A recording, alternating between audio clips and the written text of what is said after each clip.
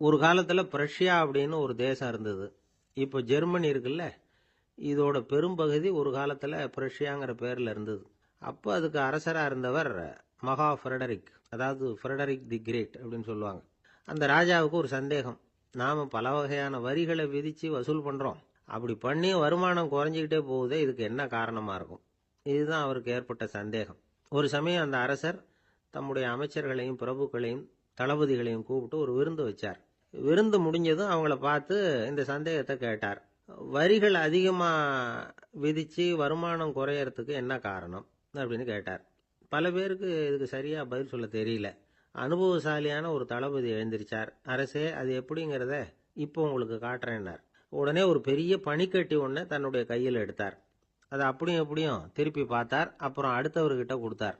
அவர் அதை அப்படியும் இப்படியும் திருப்பி பார்த்துட்டு அடுத்தபடியா இருந்தவர்கிட்ட கொடுத்தார். இப்படியே இதை ஒவ்வொருத்தரா பார்த்துட்டு ஒவ்வொரு கையா மாறி கடைசியில மன்னர் கைக்கு போய் சேர்ந்தது. மன்னர் கைக்கு அந்த பனிக்கட்டி போய் சேர்ந்தப்போ அது கொஞ்சம் கொஞ்சமா உருகி ஒரு பட்டாணி கடலை சைஸுக்கு ஆயிட்டுது. மன்னர் யோசனை பண்ணார், வரி அதிகமா போட்டாலும் வந்து சேர்றது குறைவா இருக்கிறதுக்கு என்ன காரணம் அப்படிங்கிறது அவருக்கு புரிஞ்சு போச்சு. காலம்தான் மாறிட்டு இருக்கே தவிர இந்த கையூட்டு வாங்குற பழக்கம் மாறினதாக தெரியல. இன்னொரு ராஜா இருந்தார். அவர் தன்னுடைய ராஜாங்கத்தில் லஞ்ச ஊழலே சுத்தமா இருக்கக்கூடாது அப்படின்னு நினைச்சார். அவர்கிட்ட பல்வேறு துறைகளுக்கும் பொறுப்பா இருந்த பல பேரும் ரொம்ப சுத்தமாகவும் நேர்மையாகவும் இருந்தாங்க. ஒரே ஒருத்தர் மட்டும் எல்லார்கிட்டையும் லஞ்சம் வாங்கிட்டே இருந்தார். அவரை வேற வேற துறைகளுக்கு மாற்றி பார்த்தாரு. அந்த ராஜா என்னென்னமோ பண்ணி பார்க்குறாரு. எந்த வேலையை கொடுத்தாலும் அதுலேயும் லஞ்சம் வாங்கறதுக்கு ஒரு வழியை உண்டு பண்ணிக்குவார் அந்த ஆள். ராஜாவுக்கு இது ஒரு பெரிய தலைவலியாக போட்டுது. இவர் என்ன பண்ணுறது, இவருக்கு என்ன வேலையை கொடுக்கறது, கொஞ்சம் கூட லஞ்சம் வாங்கறதுக்கு சான்ஸே இல்லாத ஒரு வேலையை கொடுக்கணும் அப்படின்னு திட்டம் போட்டார். ஒரு நாள் அவருக்கு அந்த உத்தரவும் போட்டுட்டார். அதாவது அவருக்கு என்ன வேலைன்னா, கடற்கரையில் தான் அவருக்கு ஆஃபீஸ். அங்கேயே இருந்துக்க வேண்டியது. தினமும் எத்தனை கடல் அலை கரையில் வந்து மோதுது அப்படிங்கிறத கணக்கெடுத்து ராஜாவுக்கு தெரிவிக்க வேண்டியது. இதுதான் அவருக்கு வேலை.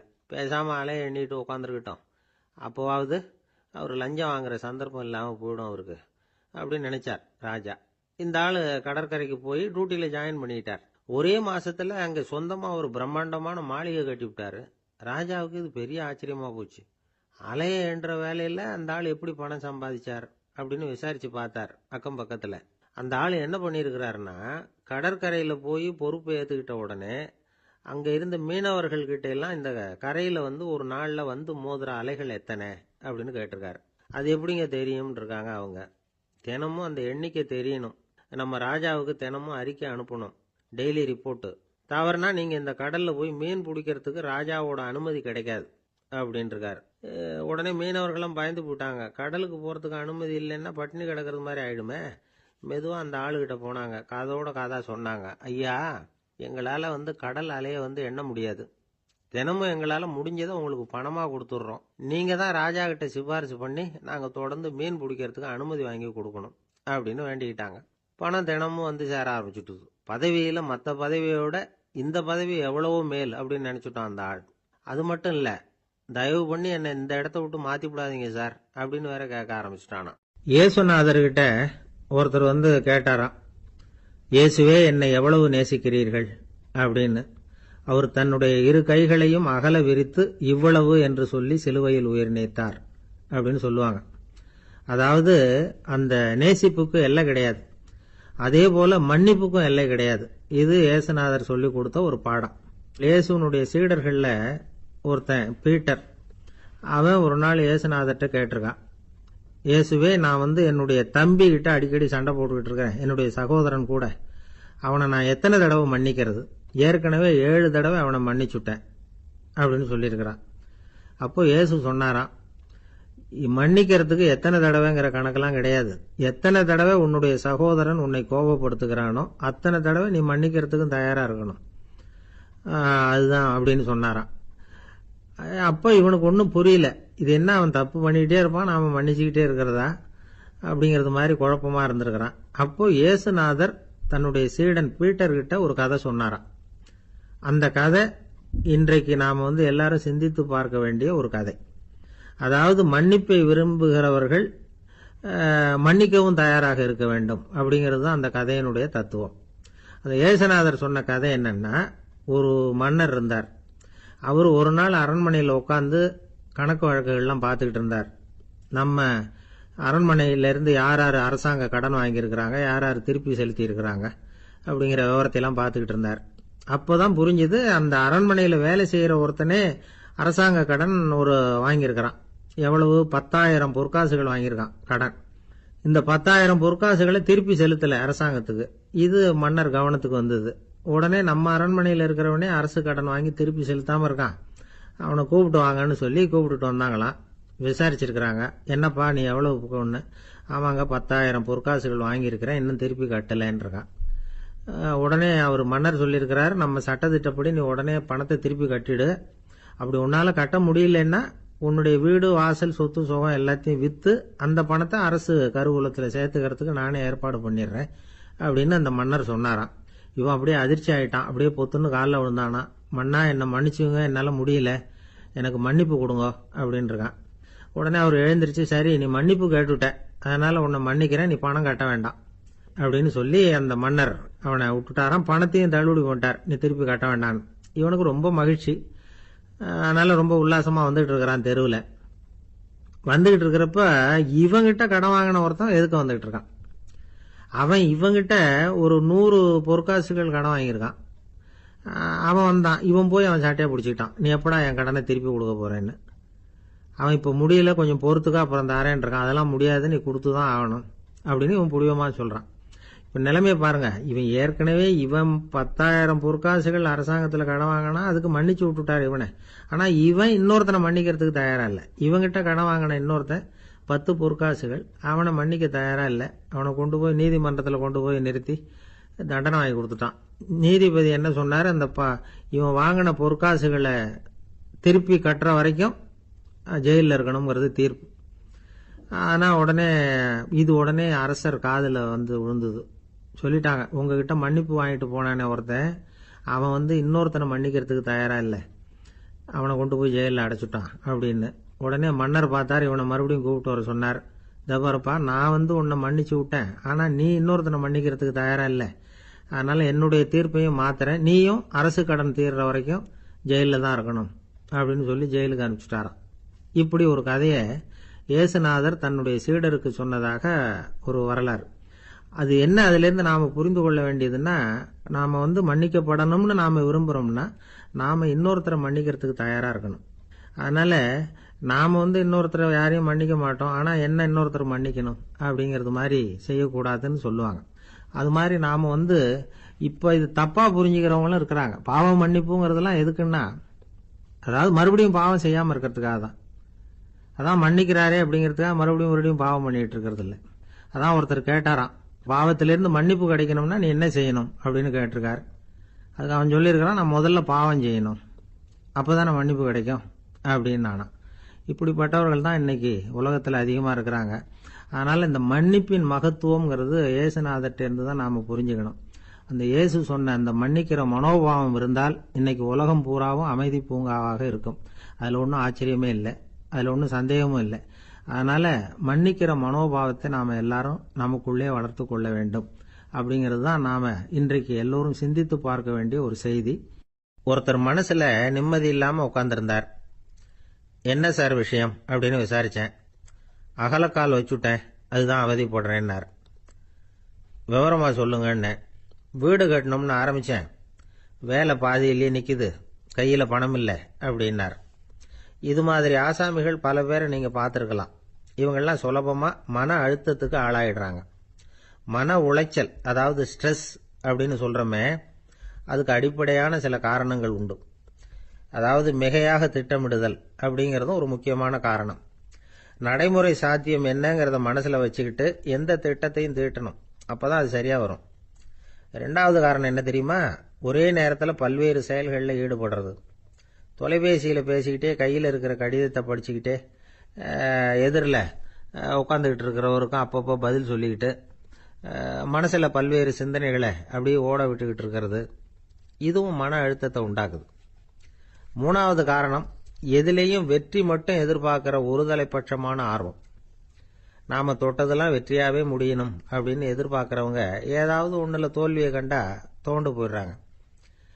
எப்படியும் முடியலாம்ங்கிற எண்ணம் ஏற்கனவே நமக்குள்ளே இருந்துட்டுதுன்னா அந்த அவஸ்தை வராது.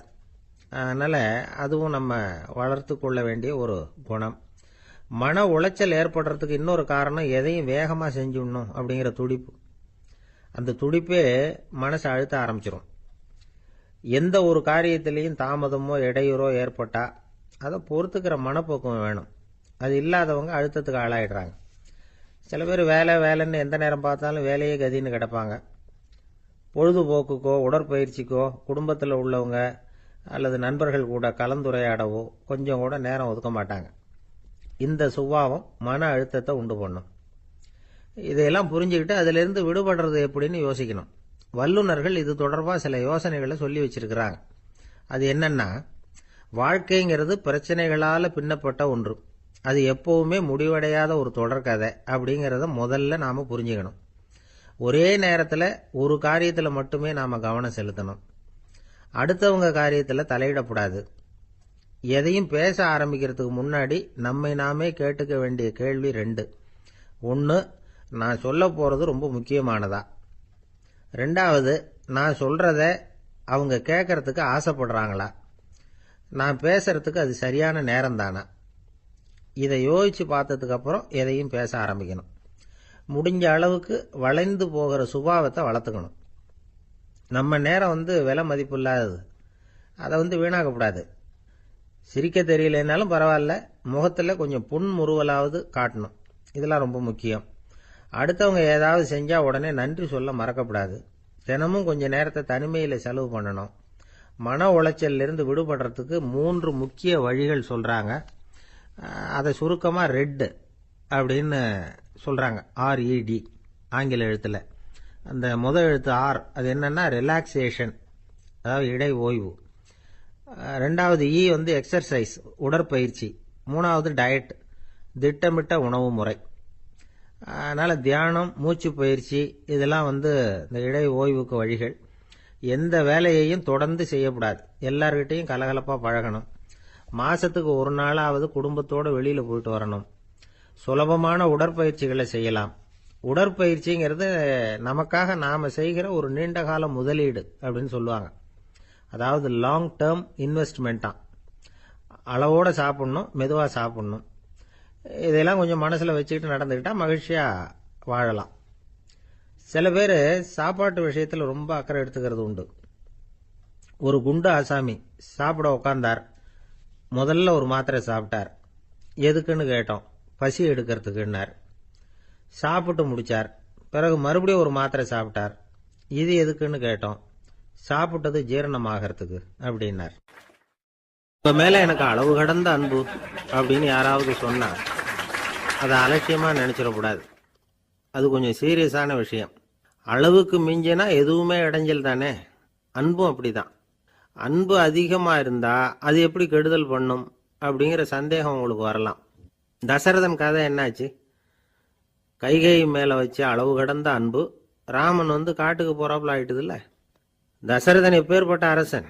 விஸ்வாமித்திரர் சொல்றார், என்ன மாதிரி முனிவர்களுக்கும் தேவர்களுக்கும் ஏதாவது கஷ்டம் வந்தா முதல்ல முருகன் கிட்ட போவோம், அப்புறம் பரமசிவனை போய் பார்ப்போம், அதுக்கப்புறம் திருமால் கிட்ட போவோம், அப்புறம் பிரம்மன் இந்திரன் இவங்களெல்லாம் போய் பார்ப்போம்.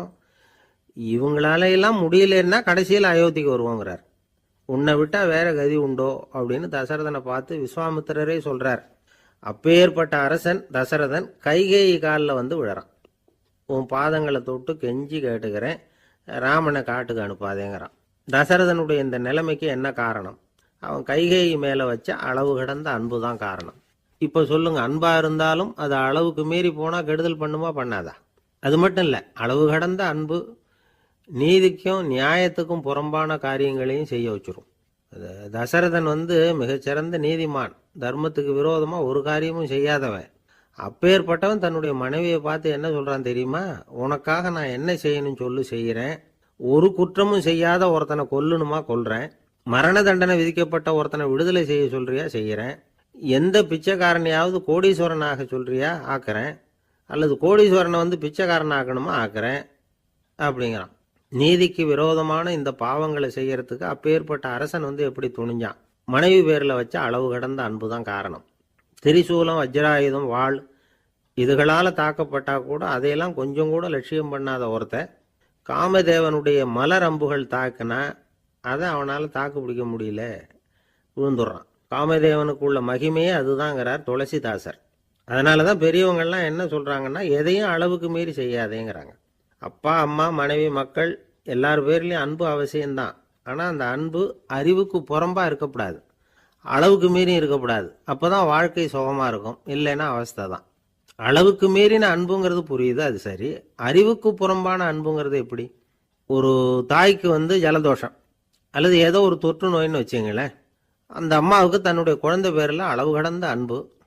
தனக்கு நோய் இருக்குது, அது அடுத்தவங்களுக்கு தொற்றக்கூடியது அப்படின்னு தெரிஞ்சிருந்தோம் அன்பை காட்டுறதுக்காக அந்த குழந்தைக்கு முத்தம் கொடுக்குறேன்னு தூக்கி வச்சுக்கிட்டு கொஞ்சம் ஆரம்பிச்சதுன்னு வச்சுக்கோங்க, அது நல்லா இருக்குமா?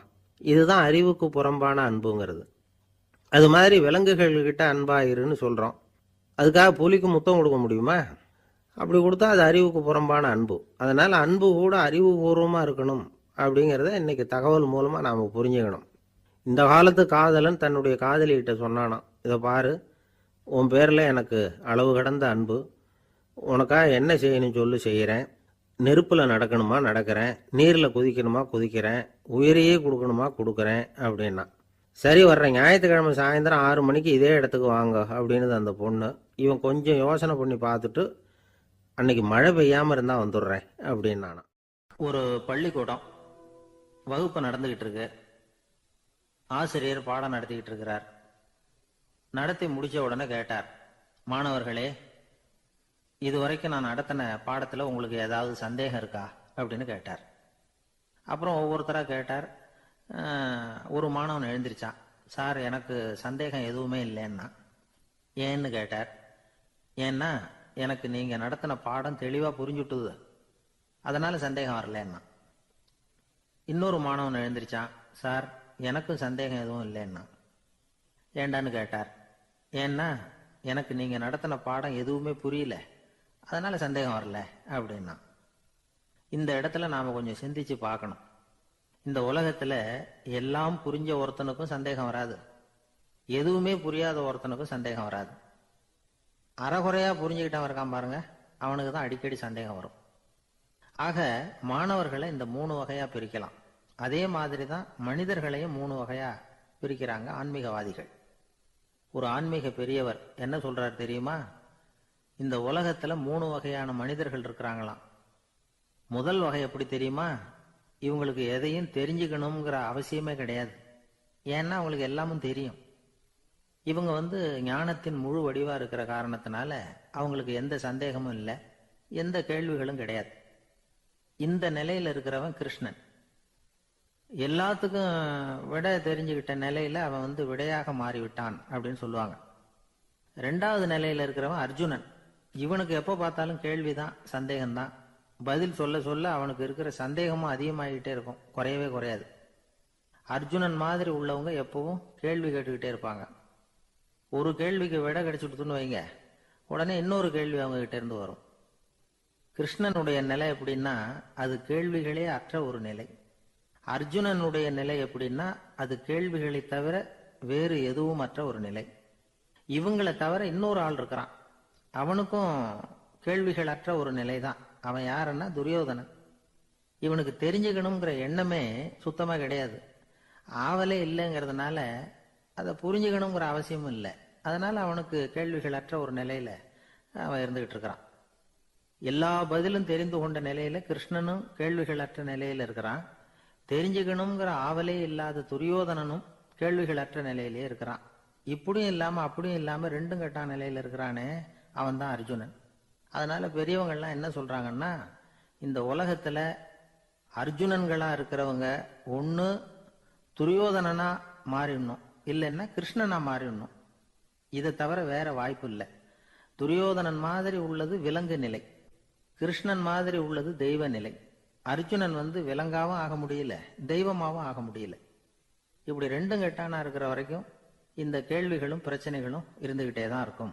இதுதான் பெரியவர்கள் சொல்லுகிற அனுபவ உண்மை. ஒரு ஆசிரியர் ரொம்பவும் விரிவா விளக்கமா பாடம் நடத்தின பிறகு, மாணவர்களே ஏதாவது சந்தேகம் இருந்தா கேளுங்கன்னாராம். ஒரு மாணவன் எழுந்திருச்சான். சார், எனக்கு ஒரு சந்தேகம்னா. என்னன்னு கேட்டார். இது வரைக்கும் என்ன பாடம் சார் நடத்துனீங்க அப்படின்னா அந்த பையன். இந்த உலகத்துல எத்தனை வகையான மனிதர்கள் இருக்கிறாங்க, ஒவ்வொரு மனிதனுமே ஒவ்வொரு வகை அப்படிங்கிறாங்க விஞ்ஞானிகள்.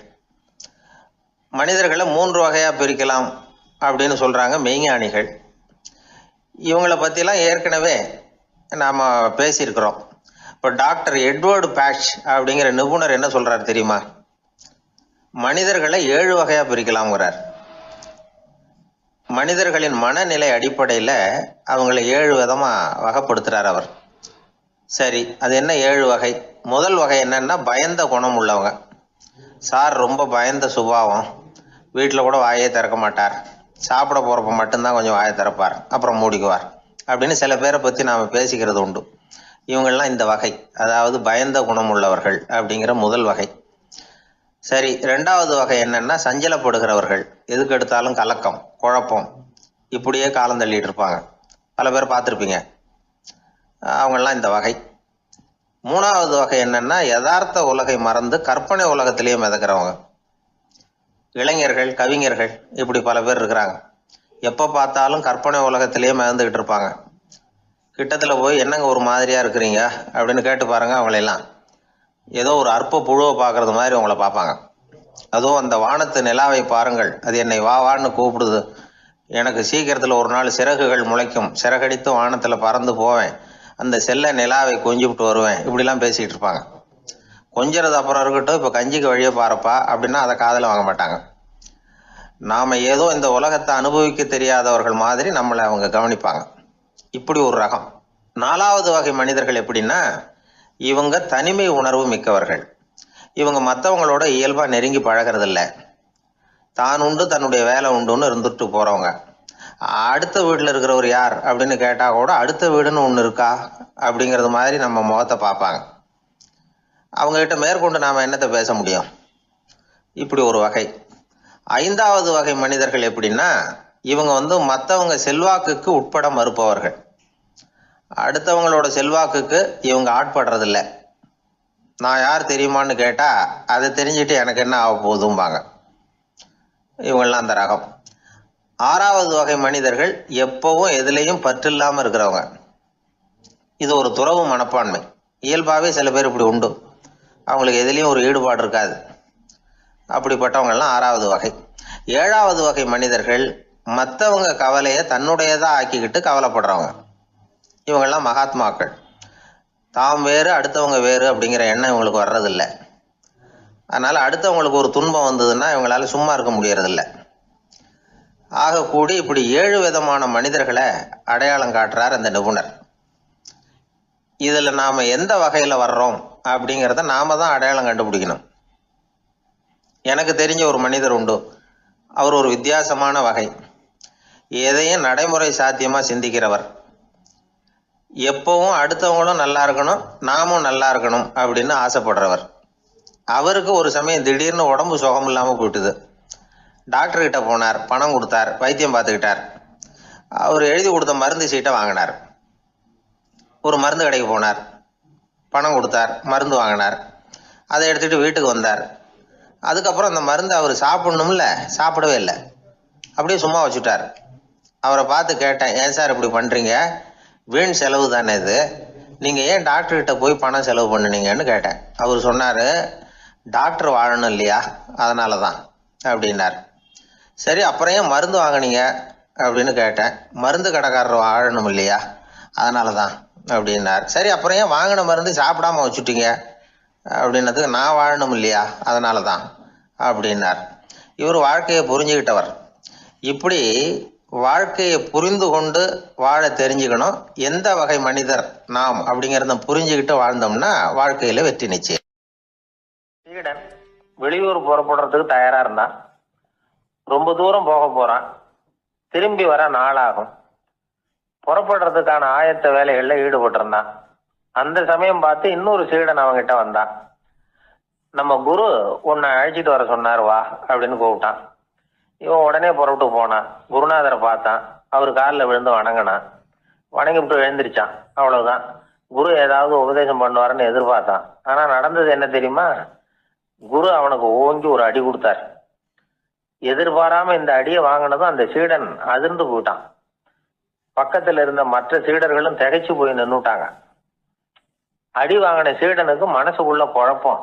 நாம என்ன தப்பு பண்ணணும், புறப்படுற நேரத்துல இப்படி குரு கிட்ட அடி வாங்குற மாதிரி ஆயிட்டுதே அப்படின்னு நினைச்சு மனசுக்குள்ள ரொம்ப வேதனைப்பட்டான். கொஞ்சம் துணிச்சலை வரவழைச்சுக்கிட்டு குருநாதர்கிட்டயே கேட்டுட்டான், சுவாமி நான் என்ன தப்பு பண்ணினேன், என்ன இப்படி அடிச்சுட்டீங்களே, ஒரு வார்த்தை கூட உங்களை எதிர்த்து நான் பேசினது இல்லையே, இவ்வளவு காலமா உங்க விருப்பத்துக்கு விரோதமா ஒரு காரியம் கூட நான் செஞ்சது இல்லையே, வந்ததும் வராததுமா ஒண்ணுமே சொல்லாம என்ன அடிச்சுட்டீங்களே, குருவே நான் செஞ்ச குற்றம் தான் என்ன அப்படின்னு கண்ணீரோட பரிதாபமா கேட்டானா அந்த சீடன். ஆனா அந்த குரு முகத்துல கொஞ்சம் கூட கோபம் இல்லை. அவர் சிரிச்சுக்கிட்டே நின்றுகிட்டு இருந்தாராம். அதுக்கப்புறம் சொன்னாராம், என்னுடைய அருமை சீடனே, நீ ஒரு தவறும் பண்ணல, நான் உன்னை அடிச்சது நீ ஏதோ தப்பு பண்ணிவிட்டேங்கிறதுக்காக இல்லை, நீண்ட பயணம் போக போறேன், ஞாபகமா ஏதாவது கொடுத்து அனுப்ப வேணாமா, நீ ஞானம் பெற்ற பிறகுதான் திரும்பி வர போறேங்கிறது எனக்கு தெரியும், அதுக்கு பிறகு உன்னை வந்து அடிக்க முடியுமா, அதனால இப்ப கிடைச்சிருக்கிற இந்த வாய்ப்பை பயன்படுத்திக்கிட்டேன், அப்போதைக்கு இப்பவே அடிச்சுட்டேன், அவ்வளவுதான், வேற ஒண்ணும் இல்லை அப்படின்னாராம். குரு சிரிச்சுக்கிட்டே இப்படி சொல்றார். இருந்தாலும் இதுவும் ஒரு உபதேசம் தான். அதிர்ச்சிகளால வந்து விழிப்படைய வைக்கிறதும் ஒரு வழிதான். இது வந்து ஜென் வழி. பெரும்பாலும் அதிர்ச்சியின் மூலமாகவே ஞான தரிசனத்தை அருள்கிறவர்கள் தான் ஜென் குருமார்கள். நம்ம தியானம் தான் ஜென். இந்தியாவில இருந்து இது சீனாவுக்கு போய் கொஞ்சம் பேர் மாறி வளம் பெற்று ஜப்பான்ல ஜென் ஆகி வளர்ந்துருக்குது, அவ்வளவுதான். ஜென்கிறது தியானம். எதை நினைச்சும் தியானிக்கிறது இல்லை, எல்லாத்துலயும் தியானம் இருக்கிறதா சொல்லுது ஜென். பேசுறது, இருக்கிறது, நடக்கிறது, சாப்பிடுறது, சிரிக்கிறது, தூங்குறது, தொழில் செய்யறது அல்லது சும்மா இருக்கிறது எல்லாமே தியானம் தான். ஜென்கிறது ஒரு சுய தரிசனம், தன்னைத்தானே அடையாளம் கண்டுகொள்கிறது தான் அது. இல்லாத எதையும் தேடி கண்டுபிடிக்கிறது இல்லை. ஜென் மார்க்கத்தை பத்தி ஓஷோ என்ன சொல்றாரு தெரியுமா? காணாமல் போன தன்னுடைய மூக்கு கண்ணாடி தன்னுடைய மூக்கின் மேல் இருப்பதை கண்டுகொள்வது போன்றது ஜென் அப்படிங்கிறார். நம்மால் ஒருத்தர் இன்னொருத்தர் முகத்தை ரொம்ப நேரமா உத்து பார்த்துக்கிட்டு இருந்தார். என்ன பாக்குறீங்கன்னாரு அவரு. நீங்க போட்டிருக்கீங்களே மூக்கு கண்ணாடி, அதை தான் பாக்குறேன்னாரு இவரு. நீங்க அப்படி பாக்குறதுக்கு விசேஷ காரணம் ஏதாவது உண்டான்னு கேட்டார் இவர். உண்டுன்னார். என்னன்னு கேட்டார். நேத்திக்கு காணாம போன என்னோட மூக்கு கண்ணாடி அது அப்படின்னாராம் இவர். ஒருத்தன் தன்னுடைய நண்பனை வழியில பார்த்தான். என்னப்பா லெட்டர் போட்டுனே கிடைச்சதா அப்படின்னா. ஓ கிடைச்சதேன்னா அவன். இவன் உடனே ஏன்டா போய் சொல்ற, நான் உனக்கு லெட்டரே போடல, சும்மா தான் கேட்டேன், உடனே கிடைச்சிட்டுதுங்கிறிய அப்படின்னா. லெட்டர் போட்டேன்னு நீ போய் சொல்றப்போ அது கிடைச்சதுன்னு நான் போய் சொல்லக்கூடாதா அப்படின்னானா அவன். இப்படிப்பட்டவங்க சில பேர் இருந்தா கூட இன்னைக்கு கடிதம் மூலமா தொடர்பு கொள்ளாதவங்க இருக்கவே முடியாது. அந்த அளவுக்கு அது அவசியமான ஒன்னாயிட்டுது. இந்த அஞ்சல் அட்டைகள் எப்படி ஆரம்பமாச்சு தெரியுமா? ஆஸ்திரியா நாட்டுல ஒரு பேராசிரியர் இருந்தார். அவர் பேர் இம்மானுவேல் ஹெர்மன். அவர் ஒரு நாள் ஒரு பத்திரிகையில கட்டுரை எழுதினாராம். இது நடந்தது 1869. அவர் எழுதின கட்டுரையில மக்கள் அதிகம் செலவில்லாம ஒருத்தருக்கு ஒருத்தர் தகவல் பரிமாறிக்கிறது எப்படி அப்படிங்கிறத பத்தி எழுதியிருந்தார். அதுக்கு சில யோசனைகளை அவரே எழுதியிருந்தாராம். எப்படின்னா, அந்த கட்டுரையை எல்லாரும் படிச்சு பார்த்துருக்குறாங்க. அவர் சொன்ன யோசனைகள் என்னன்னு. அது வந்து அரசாங்கத்தின் கவனத்துக்கு அது போச்சான். ஆகா, இது அவர் சொல்ற யோசனை நல்லா இருக்கும் போல் இருக்கு அப்படின்னு அவங்களே நினைச்சிருக்கிறாங்க. அவ்வளவுதான். உடனே அந்த யோசனையை நடைமுறைக்கு கொண்டுகிட்டு வந்தாங்களாம். பேராசிரியர் இம்மானுவேல் ஹெர்மனின் யோசனைப்படி அச்சடிச்ச அரசு முத்திரையோட அரசாங்கம் அஞ்சல் அட்டைகளை வெளியிட ஆரம்பிச்சுதான். 1869 அக்டோபர் 7 இது நடந்திருக்கு. உலகின் முதல் அஞ்சல் அட்டை வெளிவந்த நாள் அது. அப்பதான் அதுக்கு பேர் என்ன தெரியுமா? அதாவது கரஸ்பாண்டிங் கார்டு அப்படின்னு பேராது. அதுக்கப்புறம் என்ன ஆச்சுன்னா, உடனடியாக அமெரிக்காவிலேயே இது மாதிரியான கார்டுகளை வெளியிட ஆரம்பிச்சிட்டாங்க. அங்கே இதுக்கு என்ன பேர் தெரியுமா? Postal card. அதுக்கப்புறம் 1870 இங்கிலாந்துலேயும் இதை வெளியிட்டாங்களாம். அதை வெளியிட்ட முதல் நாள் அன்னைக்கு என்ன நடந்தது தெரியுமா? மக்கள்லாம் ஏதோ நியாய விலை கடையில் நிற்கிறது மாதிரி பெரிய பெரிய கியூ வரிசையில் நின்று இதை வாங்கினாங்களாம். நம்ம நாட்டில் முதல் அஞ்சலகம் 1927 கல்கத்தாவில் ஆரம்பமாயிருக்கு. இன்னைக்கும் அஞ்சலகம் இல்லாத இடமே இல்லை. அந்த அளவுக்கு அஞ்சல் போக்குவரத்து அதிகமாக இருக்குது. அன்னைக்கு உள்நாட்டில் ஒருத்தருக்கு ஒருத்தர் தகவல் பரிமாற்றம் செய்து கொள்ள மலிவான ஒரு அஞ்சல் அட்டையை அரசாங்கம் வெளியிடலாம் அப்படின்னு பேராசிரியர் எழுதின கட்டுரை இன்னைக்கு எந்த அளவுக்கு ஆகியிருக்கு பார்த்தீங்களா? ஒருத்தன் ஒரு தபால் பெட்டிக்கு பக்கத்தில் தலையை வச்சுக்கிட்டு அவன் பாட்டுக்கு நின்றுட்டு இருந்திருக்கான். அங்கே இருந்து இன்னொருத்தன் கேட்டிருக்கான், என்ன ஆச்சுன்னு. கொஞ்ச நேரத்துக்கு முன்னாடி இந்த தபால் பெட்டியில் ஒரு கார்டு எழுதி போட்டேன், விவரமெல்லாம் நல்லா தான் எழுதியிருக்கிறேன், ஆனால் அட்ரஸ் எழுத மறந்துட்டேன் அப்படின்னானா. உடனே அவன், அதுக்காக கவலைப்படாத, நான் போட்ட கார்டில் அட்ரஸ் எல்லாம் பின்கோடு உள்பட கரெக்டாக எழுதியிருக்கேன், ஆனால் விவரம் எழுத மறந்துட்டேன் நானா. கவலைப்படாத, கொஞ்ச நேரத்தில் தபால்காரர் வருவார், பெட்டியை திறந்ததும் நம்ம லெட்டரை கேட்டு வாங்கிக்கலாம்னா ஒருத்தன். கொஞ்ச நேரத்துக்கு முன்னாடி அவர் வந்தார், கேட்டேன், அதுக்கப்புறம் தான் மனசுக்கு ரொம்ப கஷ்டமாக போச்சு நானா. இவன் ஏண்டான்னு கேட்டிருக்கான். அவன், இது தபால் புட்டு இல்லையா. ஒரு ஊர்ல ஒரு மன்னர் இருந்தார். ஒரு நாள் அவருடைய அரசவைக்கு ஒரு ஓவியன் வந்தான். அவன் சீனா தேசத்திலிருந்து வந்தவன், தாவோ சிந்தனையாளன். அவன் அங்க வந்து மன்னர் முன்னாடி நிக்கிறான். யாரும் செய்ய முடியாத ஒரு காரியத்தை என்னால செய்ய முடியும்னா. இவன் இப்படி சொன்னதை கேட்டதும் ஏற்கனவே அங்க இருந்த அரசவை ஓவியன் ஒருத்தனுக்கு கோபம் வந்துட்டுது. இதோ பாரு, இப்படிலாம் பேசக்கூடாது, நான் வேணும்னா உன்னுடைய சவாலை ஏத்துக்கிறேன் அப்படின்னா. நாம 2 பேரும் ஓவியம் தீட்டுவோம், அதை பார்த்துட்டு நம்ம 2 பேர்ல யாரு சிறந்த ஓவியன் அப்படிங்கிறத மன்னரே தீர்மானம் செய்யட்டும், என்ன சொல்ற அப்படின்னு கேட்டான் அவன். அவனும் சரின்னு ஒத்துக்கிட்டான். போட்டி ஆரம்பமாச்சு. அரசர் அவங்களுக்கு 2 சுவர்களை ஒதுக்கி கொடுத்தார். 6 மாச காலம் அவகாசம் கொடுத்தார். 2 ஓவியர்களும் அவங்கவங்க வேலையை ஆரம்பிச்சாங்க. இரவு பகலா வேலை செய்ய ஆரம்பிச்சுட்டாங்க. 6 மாசம் முடிஞ்சது. அரசர் வந்து பார்த்தார். முதல்ல தன்னுடைய அரசவை ஓவியர் தீட்டி இருந்த ஓவியத்தை பார்த்தார். ரொம்ப பிரமாதமா இருந்தது, பாராட்டினார். இதோ பாரு, உன்னுடைய ஓவியம் அற்புதமா இருக்கு, உயிரோட்டம் உள்ளதா இருக்குது, கலையின் உச்சமே இதுதான், இதை விட சிறந்த ஒரு ஓவியத்தை வேற யாராலையும் படைக்க முடியாது அப்படின்னார். அதுக்கப்புறம் அந்த சீன ஓவியன் கிட்ட போனார். எங்க உன்னுடைய ஓவியம்னு கேட்டார். திரைச்சீலையை விலக்கி விட்டு பாருங்கன்னா. மன்னர் வந்து அந்த திரைச்சீலையை விளக்குனார். உள்ள வந்து ஓவியம் இருக்க வேண்டிய இடம் கண்ணாடி மாதிரி தெரிஞ்சுது. அவன் அந்த 6 மாச காலமா அந்த சுவரை வந்து தேய்ச்சி தேய்ச்சி கண்ணாடி மாதிரி ஆக்கி வச்சிருக்கிறான். அதுக்கு நேரா எதிர் சுவர்ல அரசவை ஓவியம் தீட்டின ஓவியம் இருக்கு. அது எதிரில் இருந்த இந்த கண்ணாடியில பட்டு பிரதிபலிக்குது. மன்னர் யோசனை பண்ண ஆரம்பிச்சார். அப்புறம் அந்த சீன ஓவியனை பார்த்து கேட்டார், இதோ பாரு, நீ என்னுடைய ஆளை வந்து தோற்கடிச்சுட்ட அப்படிங்கிறதுல சந்தேகம் இல்லை, ஆனாலும் எங்களை ஏமாத்தி இருக்கிற, எந்த ஓவியமும் நீ வரையிலையே அப்படின்னார். அரசே, இதுதான் உண்மையான ஓவியம், உயிருள்ள ஓவியம். இது வந்து மனோபாவங்களை பிரதிபலிக்கும், மாறுகின்ற காலங்களை அப்படியே காட்டும் அப்படின்னா அந்த சீன ஓவியன். கையால வரைகிற ஓவியங்கள்ல சலனம் இல்லை, கண்ணாடி அப்படி கிடையாது, சக்தியின் ஓட்டம் அதுல எப்பவும் இருந்துகிட்டே இருக்கும், கண்ணாடி மட்டுமே ஜீவன் உள்ள ஓவியமா இருக்க முடியுங்கிறத அந்த சீன ஓவியன் தெரிஞ்சு வச்சிருந்தான். ஏன்னா அவன் ஒரு தாவோ சிந்தனையாளன். ஒவ்வொரு குழந்தையும் இந்த கண்ணாடியோட தான் பிறக்குது. ஆனா நாம என்ன செய்யறோம்னா ஓவியங்களை கண்ணாடி மீது பதிப்பிச்சு விடுறோம். கண்ணாடி நம்மளை பிரதிபலிக்குது. நம்முடைய அழகோ அவலட்சணமோ கண்ணாடியை பாதிக்கிறது இல்லை. ஏன்னா அதுக்கு மனம் கிடையாது. கடந்து போன வினாடியை பத்தி அது சிந்திக்கிறது இல்லை. அடுத்த கணத்தை பத்தின எதிர்பார்ப்பும் அதுகிட்ட கிடையாது. அதுதான் பற்றற்ற நிலை. மனிதனுக்கு தேவைப்படுறது அதுதான். கண்ணாடி கிட்ட இருந்து நாம வந்து கற்றுக்கொள்ள வேண்டிய பாடம் இது. வாழ்க்கையில வந்து மனிதர்களை நேசிக்கலாம், உலகின் அழகையெல்லாம் பிரதிபலிக்கலாம், ஆனா எதையும் பற்றி கொண்டு விடக்கூடாது அப்படிங்கிறது பெரியவர்கள் அறிவுரை. துயரம்ங்கிறது பற்றுக்களின் சாயை. கண்ணாடி முன்னாடி நிக்கிறப்போவெல்லாம் நமக்கு இந்த ஞாபகம் வரணுமா. ஒரு குடும்ப தலைவர் ஒரு நாள் காலையில விடிஞ்சு எழுந்திரிச்சதும் சத்தம் போட்டார். யார் இந்த கருங்குரங்கு படத்தை என் ரூம்ல கொண்டாந்து மாட்டி வச்சது அப்படின்னு கத்தினார். சமையல் கட்டில இருந்து மனைவி பதில் சொன்னாங்க, தூக்க கலக்கத்துல உளராதீங்க, நல்லா பாருங்க, அது படம் கிடையாது, முகம் பார்க்கிற கண்ணாடி அப்படின்னா. ரொம்ப பேருக்கு கூட்டத்தில் பேசுறதுன்னா பயம். நமக்கு ஒன்றும் தெரியாதுன்னு மற்றவங்க நினச்சிடக்கூடாதுங்கிற எண்ணம் தான் இதுக்கு காரணம். ரொம்ப முக்கியமான ஒரு கூட்டம்னா பயமும் அதிகமாக இருக்கும். முக்கியமானவங்கள்லாம் வருவாங்களே, அவங்கெல்லாம் நம்மளை பற்றி மட்டமாக நினச்சிருவாங்களே அப்படிங்கிற பயம் வந்துடும். ஆனால் மேடை பேச்சுங்கிறது அவ்வளவு கடினமான ஒரு காரியம் இல்லைங்கிறாங்க அது சம்பந்தமான நிபுணர்கள். யாரும் பேச்சாளர் ஆகலாம், இது ஒன்றும் பெரிய கிஃப்ட் கிடையாது அப்படின்னு அவங்க சொல்கிறாங்க. நீங்கள் ஒரு சிறந்த பேச்சாளர் ஆகணுமா அப்படின்னா அதுக்குன்னு சில ஆலோசனைகளை சொல்லி வச்சிருக்கிறாங்க அனுபவசாலிகள். முதல் ஆலோசனை என்னன்னா, உங்கள் பேச்சு வந்து எளிமையாக இருக்கணும். ஏதாவது ஒரு கருத்து அல்லது 2 கருத்து சொன்னால் போதும். 20 அல்லது 30 கருத்துக்களை சொல்லிகிட்டே போகக்கூடாது. 2வது ஆலோசனை, நீங்கள் என்ன பேச போகிறீங்கிறது முதல்ல உங்களுக்கு நல்லா புரியணும்.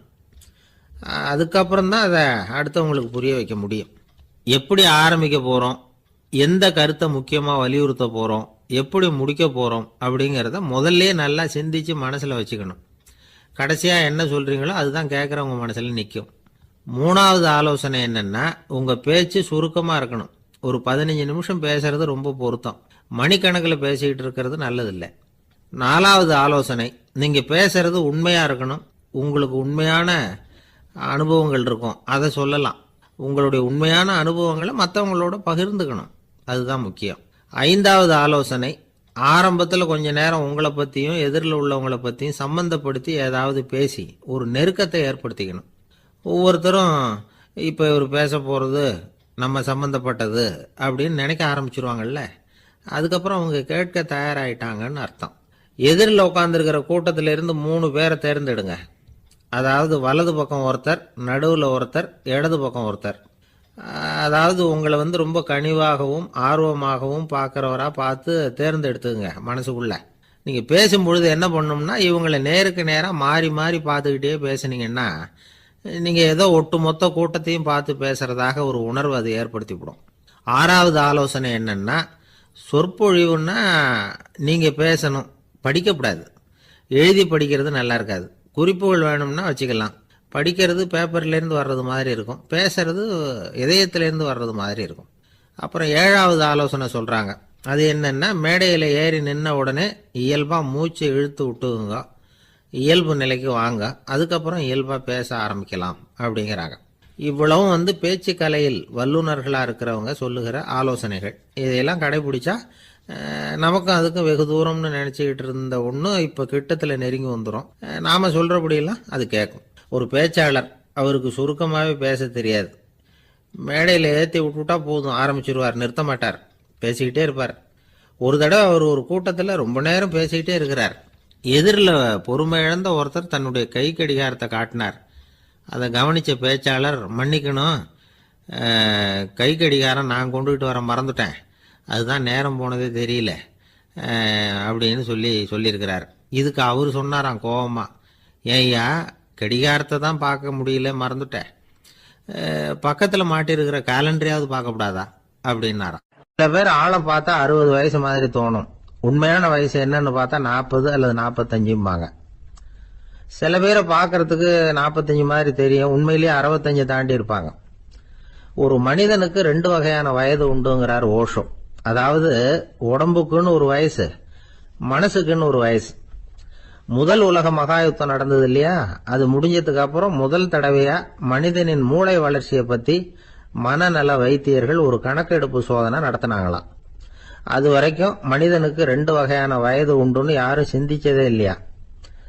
அந்த உலக மகாயுத்தம் முடிஞ்சதுக்கு அப்புறம் மனிதனுடைய சராசரி மனதின் வயதை கணக்கிட்டு பார்க்கும் பொழுது அவங்களுக்குலாம் ரொம்ப அதிர்ச்சியா இருந்துதான். ஏன்னா அது ரொம்ப பின்தங்கிய நிலையில இருந்திருக்கு, வளர்ச்சி அடையாத நிலையில இருந்திருக்கு. அவங்க கண்டுபிடிச்ச பிரகாரம் அப்போ மனசோட சராசரி வயசு என்ன தெரியுமா, 14. அப்படின்னா பாத்துங்க, உடல் ரீதியா ஒருத்தரோட வயசு 70 கூட இருக்கலாம், ஆனா மனசோட வயசு 14 தான். இதுக்கு நேர்மாறா அமைஞ்சு போச்சுன்னு வச்சேங்க. அதாவது ஒருத்தருக்கு உண்மையிலேயே 14 வயசு, அதாவது உடலோட வயசு 14, அவரோட மனசின் வயசு 70ன்னு வச்சுக்கோங்க. இப்படி அமைஞ்சுட்டுதுன்னா அவர் சீக்கிரம் ஞானத்தன்மை அடைஞ்சிருவார் அப்படின்னு அர்த்தம்.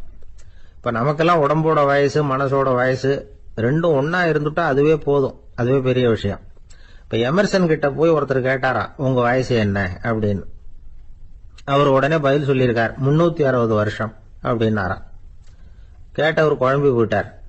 அவர் என்ன சொல்றாரு, 360 வயசா, என்ன நம்ம காதல தான் சரியா விழலையா? எமர்சன் எப்பவும் உண்மையை பேசுற ஒரு சிறந்த அறிவாளி, அவர் இப்படிலாம் பொய் சொல்ல மாட்டாரே அப்படின்னு ஒரு யோசனை பண்ணிக்கிட்டே இவர் மறுபடியும் அவர் கிட்ட போனாராம். ஐயா, நீங்க சொன்னது சரியா என் காதல விழல, அதனால மறுபடியும் கேட்கிறேன், உங்க வயசு என்ன அப்படின்னாராம். எமர்சன் மறுபடியும் சொல்லியிருக்கிறார், 360 வருஷம்னு.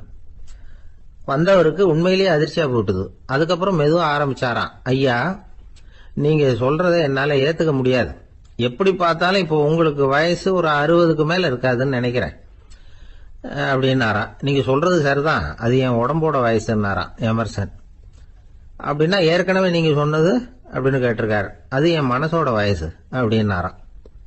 நம்மளை பொறுத்த வரைக்கும் அறிவு தூசு படிஞ்சிருக்கு, அது மாதிரியே அன்பும் மாசுபட்டிருக்கு.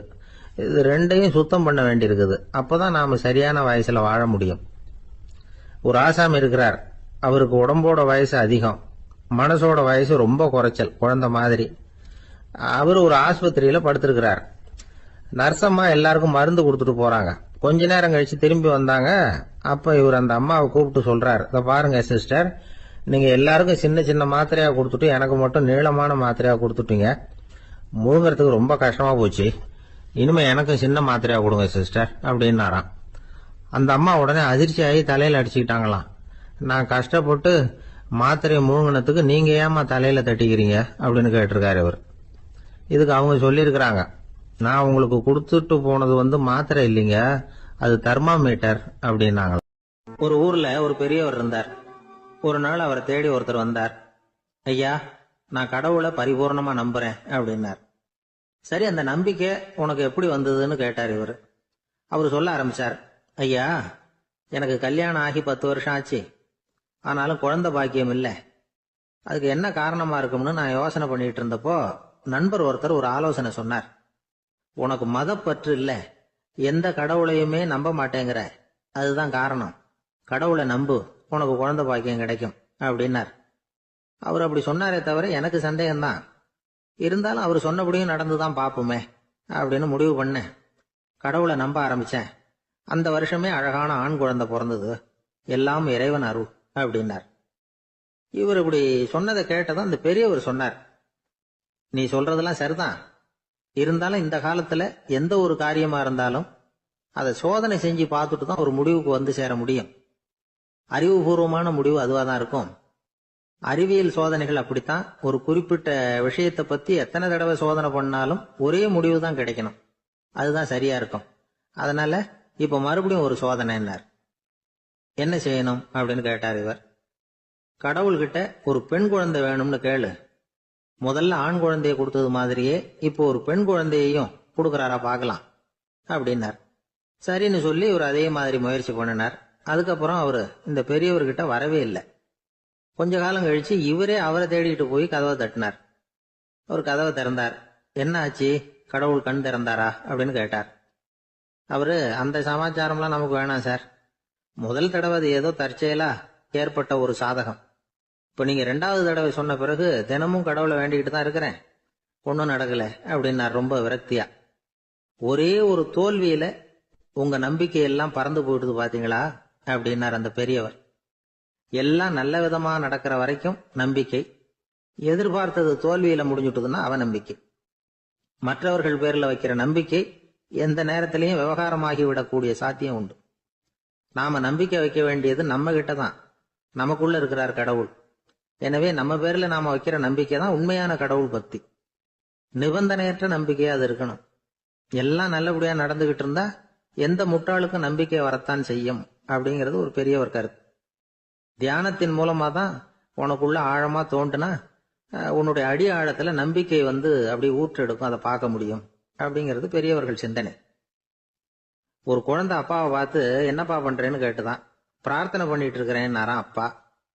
பிரார்த்தனை பண்ணுனா என்ன கிடைக்கும் அப்படின்னு கேட்டுதான் குழந்தை. எல்லாம் கிடைக்கும் அப்படின்னாராம் அப்பா. நீ வச்சிருக்கிறிய பேனா அது கூட கிடைக்குமான்னு கேட்டுதான் குழந்தை. கிடைக்குமேன்னு இருக்கார். அப்படின்னா அந்த பேனாவை என்கிட்ட கொடுத்துரு, நீ பிரார்த்தனை பண்ணி வேற பேனா வாங்கிக்கோ அப்படின்னு தான் அந்த குழந்தை. ஒரு பெரிய நினைவு மண்டபம், அதுக்கு முன்னாடி ஒரு அப்பாவும் பிள்ளையும் நின்றுட்டு இருக்கிறாங்க. அந்த வழியா போறவங்க வர்றவங்க எல்லாம் அந்த இடத்துல நின்று அது என்ன மண்டபம் அப்படின்னு விசாரிக்க ஆரம்பிச்சாங்க. அந்த அப்பாவும் பிள்ளையும் தான் வர்றவங்களுக்கெல்லாம் விவரம் சொல்லிட்டு இருக்கிறாங்க. அதாவது இந்த இடத்துல ஒரு பெரிய மகான் சமாதி ஆயிருக்கார், அவர் சமாதியான இடத்துல இந்த நினைவு மண்டபத்தை கட்டியிருக்கிறோம் அப்படின்னாங்க. ஊர் பூரா இந்த செய்தி பரவிச்சு. நிறைய பேர் அந்த இடத்தை தேடி வர ஆரம்பிச்சாங்க. இங்க கொஞ்ச நேரம் உட்காந்துட்டு போனா மனசுக்கு ஒரு நிம்மதி கிடைக்குது அப்படின்னாங்க. அங்க இருந்த உண்டியல்ல நிறைய காசு போட்டுட்டு போறாங்க. பணம் கிடுகிடுன்னு நிறைய சேர ஆரம்பிச்சுட்டுது. பணம் நிறைய சேர்ந்த உடனே அந்த அப்பாவுக்கும் பிள்ளைக்கும் தகராறு வந்துட்டுது. பணம் சேர்ந்தாலே சொத்து தகராறு வரத்தானே செய்யும், அது மாதிரி வந்துட்டுது. பையன் அடிக்கடி நிறைய பணம் கேட்க ஆரம்பிச்சான். அப்பா பார்த்தார், யோசனை பண்ணார், ஒரு முடிவுக்கு வந்தார். ஒரு நாள் பையனை கூப்பிட்டார். இதை பாருப்பா, நமக்குள்ள தகராறு வேணாம். அப்பாவும் பிள்ளையும் இப்படி சண்டை போட்டுக்கிட்டா பார்க்குறவங்க தப்பா நினைப்பாங்க. அதனால நமக்குள்ள சமரசமா இதை தீர்த்துக்குவோம், என்ன சொல்ற அப்படின்னார் அப்பா. சரி நான் பையன். உடனே அந்த அப்பா என்ன பண்ணார் தெரியுமா? மகன்கிட்ட கொஞ்சம் பணத்தை கொடுத்தார். தன்கிட்ட இருந்த ஒரு கழுதையையும் கொடுத்தார். இதை வச்சு நீ பொழைச்சிக்கோ அப்படின்னு சொல்லி அனுப்பி வச்சுட்டார். மகன் அந்த கழுதையை இழுத்துக்கிட்டு அடுத்த ஊருக்கு போனான். வழியிலேயே அந்த கழுதை செத்து போச்சு. உடனே என்ன பண்ணலாம்னு யோசனை பண்ணான். ஒரு ஐடியா வந்தது. அந்த கழுதையை ஒரு சாலை ஓரமாக புதைச்சான். கையில் இருந்த பணத்தை வச்சு அந்த இடத்துல ஒரு கல் மண்டபம் கட்டினான். அந்த வழியாக 2 பேர் வந்தாங்க. இது என்ன மண்டபம்னு விசாரிச்சாங்க. இந்த இடத்துல ஒரு பெரிய மகான் சமாதி ஆயிருக்கிறார் அப்படின்னா. இந்த செய்தி ஊர் பூரா பரவ ஆரம்பிச்சுட்டுது. நிறைய பேர் வந்து போக ஆரம்பிச்சாங்க. இங்கே வந்தால் மனசுக்கு ஒரு பெரிய நிம்மதி கிடைக்குது அப்படின்னு வேற சொல்ல ஆரம்பிச்சாங்க. வர வர கூட்டம் அதிகமாக வர ஆரம்பிச்சுட்டுது. உண்டியலில் பணம் நிறைய சேர்ந்துட்டுது. நகையெல்லாம் கூட கழட்டி காணிக்கையா போட ஆரம்பிச்சுட்டாங்க. அப்பாவை விட மகன் பெரிய ஆளாயிட்டான். இதை கேள்விப்பட்டார் அப்பா. பையனை பார்த்துட்டு வரலாம்னு ஒரு நாள் புறப்பட்டு வந்தார். பையன் ஓஹோன்னு இருக்கிறான். பங்களா, காரு எல்லாம் வந்துட்டுது. எப்படிடா இந்த அளவுக்கு ஆனே அப்படின்னு விசாரிச்சார். அப்பா, எல்லாம் உங்க ஆசீர்வாதம் தான். நீங்க கொடுத்த மூலதனத்தை வச்சுதான் இவ்வளவும் சம்பாதிச்சேன் அப்படின்னு நான் பையன். அது எப்படிடான்னு விசாரிச்சார்.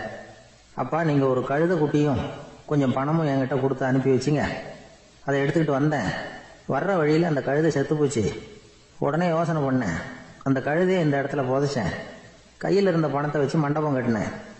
மகான் ஒருத்தர் சமாதி ஆயிருக்கார் அப்படின்னு வதந்தியை கிளப்பி விட்டேன். ஜனங்கள்லாம் ஏமாந்து போய் காசை கொண்டாந்து போட ஆரம்பிச்சிட்டாங்க. நான் பொழைச்சிக்கிட்டு இருக்கிறேன் அப்படின்னா.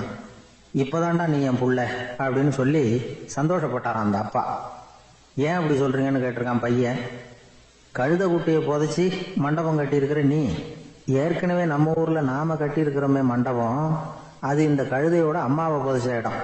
மகான் சமாதி ஆயிருக்காருன்னு நானும் சும்மா கப்சா தான் விட்டுக்கிட்டு இருக்கேன் அப்படின்னாரான் அப்பா. முட்டாள் ஜனங்களை நினைச்சு அந்த 2 பேரும் சத்தம் போட்டு சிரிச்சாங்களாம். மனுஷன் ஏமாத்துறது ரொம்ப சுலபம். என் கூட படிச்ச ஒருத்தன் திடீர்னு ஒரு நாள் எல்லாருக்கும் அருள் வாக்கு சொல்ல ஆரம்பிச்சுட்டான். அவன் ஒரு ஆபீஸ்லயும் வேலை பார்க்கறான்.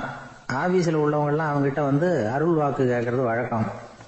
ஒரு நாள் நான் முன்னாடி போய் உட்காந்து பேசிக்கிட்டு இருந்தேன். அப்போ அதே ஆபீஸ்ல வேலை பார்க்குற ஒருத்தர் அவங்ககிட்ட வந்து, சுவாமி, என் மேஜையில் வச்சிருந்த பேனா திடீர்னு காணாம போட்டுது, அது திரும்ப கிடைக்குமா எனக்கு அப்படின்னு கேட்டார். இவன் கண்ணை உருட்டி பார்த்துட்டு, அது உனக்கு கிடைக்காது, புதுசா வேற ஒன்று வாங்கிக்கப்போ அப்படின்னா. சரின்னு அவர் போயிட்டார். அவர் போனதுக்கு அப்புறம் நான் மெதுவா இவனை பார்த்து, அது எப்படிடா அது உனக்கு கிடைக்காதுன்னு அவ்வளவு உறுதியா அவர்கிட்ட சொன்னேன் அப்படின்னு கேட்டேன். இவன் மெதுவா என் காதுகிட்ட வந்து, அந்த பேனாவை கிளப்புனதே நான் தான் அப்படிங்கிறான். ஒரு ஊர்ல ஒரு ஆள் இருந்தான். தையல் கடை வச்சிருந்தான். அவங்கிட்ட ஒருத்தன் ஒரு சட்டை துணி எடுத்து கொடுத்து தைக்க சொல்லியிருந்தான். வர்ற சனிக்கிழமை வா, வந்து வாங்கிட்டு போ அப்படின்னு அவன் சொல்லியிருந்தான். அதே மாதிரி இவன் வந்தான். அவன் தச்சு வச்சிருந்த சட்டையை கொடுத்தான். இவன் வாங்கி அங்கேயே போட்டு பார்த்தான். கை நீளம் ஒண்ணுக்கு ஒண்ணு வித்தியாசமா இருந்தது. வலது கை இடது பக்கத்தை விட நீளம் குறைச்சலா இருந்தது. அவன் முணுமுணுக்க ஆரம்பிச்சுட்டான். என்ன இது இப்படி தைச்சுட்டியேன்னு. இதுக்கு அவன் சொன்னான், ஐயோ, இதுக்காகவா சங்கடப்படுறீங்க? வலது கையை மட்டும் கொஞ்சம் உள்ள இழுத்தாப்புல வச்சுக்கிட்டீங்கன்னா சரியா போகுது. மற்றபடி அந்த சட்டையில உள்ள கலை அம்சத்தை கவனிங்க. எவ்வளவு அற்புதமா தைச்சிருக்கேன் பாருங்க. ஒரு சின்ன குறைய இப்படி எல்லாம் பொருட்படுத்த வேண்டியதில்லை. நான் சொன்னது மாதிரி கையை கொஞ்சம் உள்ள இழுத்தது மாதிரி வச்சுக்கிட்டு நடந்து போங்க, ஜோரா இருக்கும் அப்படின்னா. அவனும் யோசிச்சு பார்த்தான். சரியான யோசனையா தான் தோணுச்சு. கொஞ்சம் முயற்சி பண்ணி வலது கையை கொஞ்சம் உள்ள இழுத்து சட்டை சரியா இருக்கிறது மாதிரி பண்ணிட்டான். இப்ப மறுபடியும் ஒரு பிரச்சனை. வலது கையை உள்ள இழுத்த மாதிரி அப்படியே வச்சுக்கிட்டதும் முதுகு பக்கம் கொஞ்சம் துணி தளர்த்தியா தொங்குறது மாதிரி தெரிஞ்சது.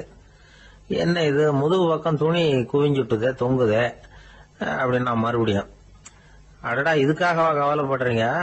உடம்ப அதுக்கு தகுந்த மாதிரி கொஞ்சம் வளைச்சிக்கிட்டா சரியா போடுது.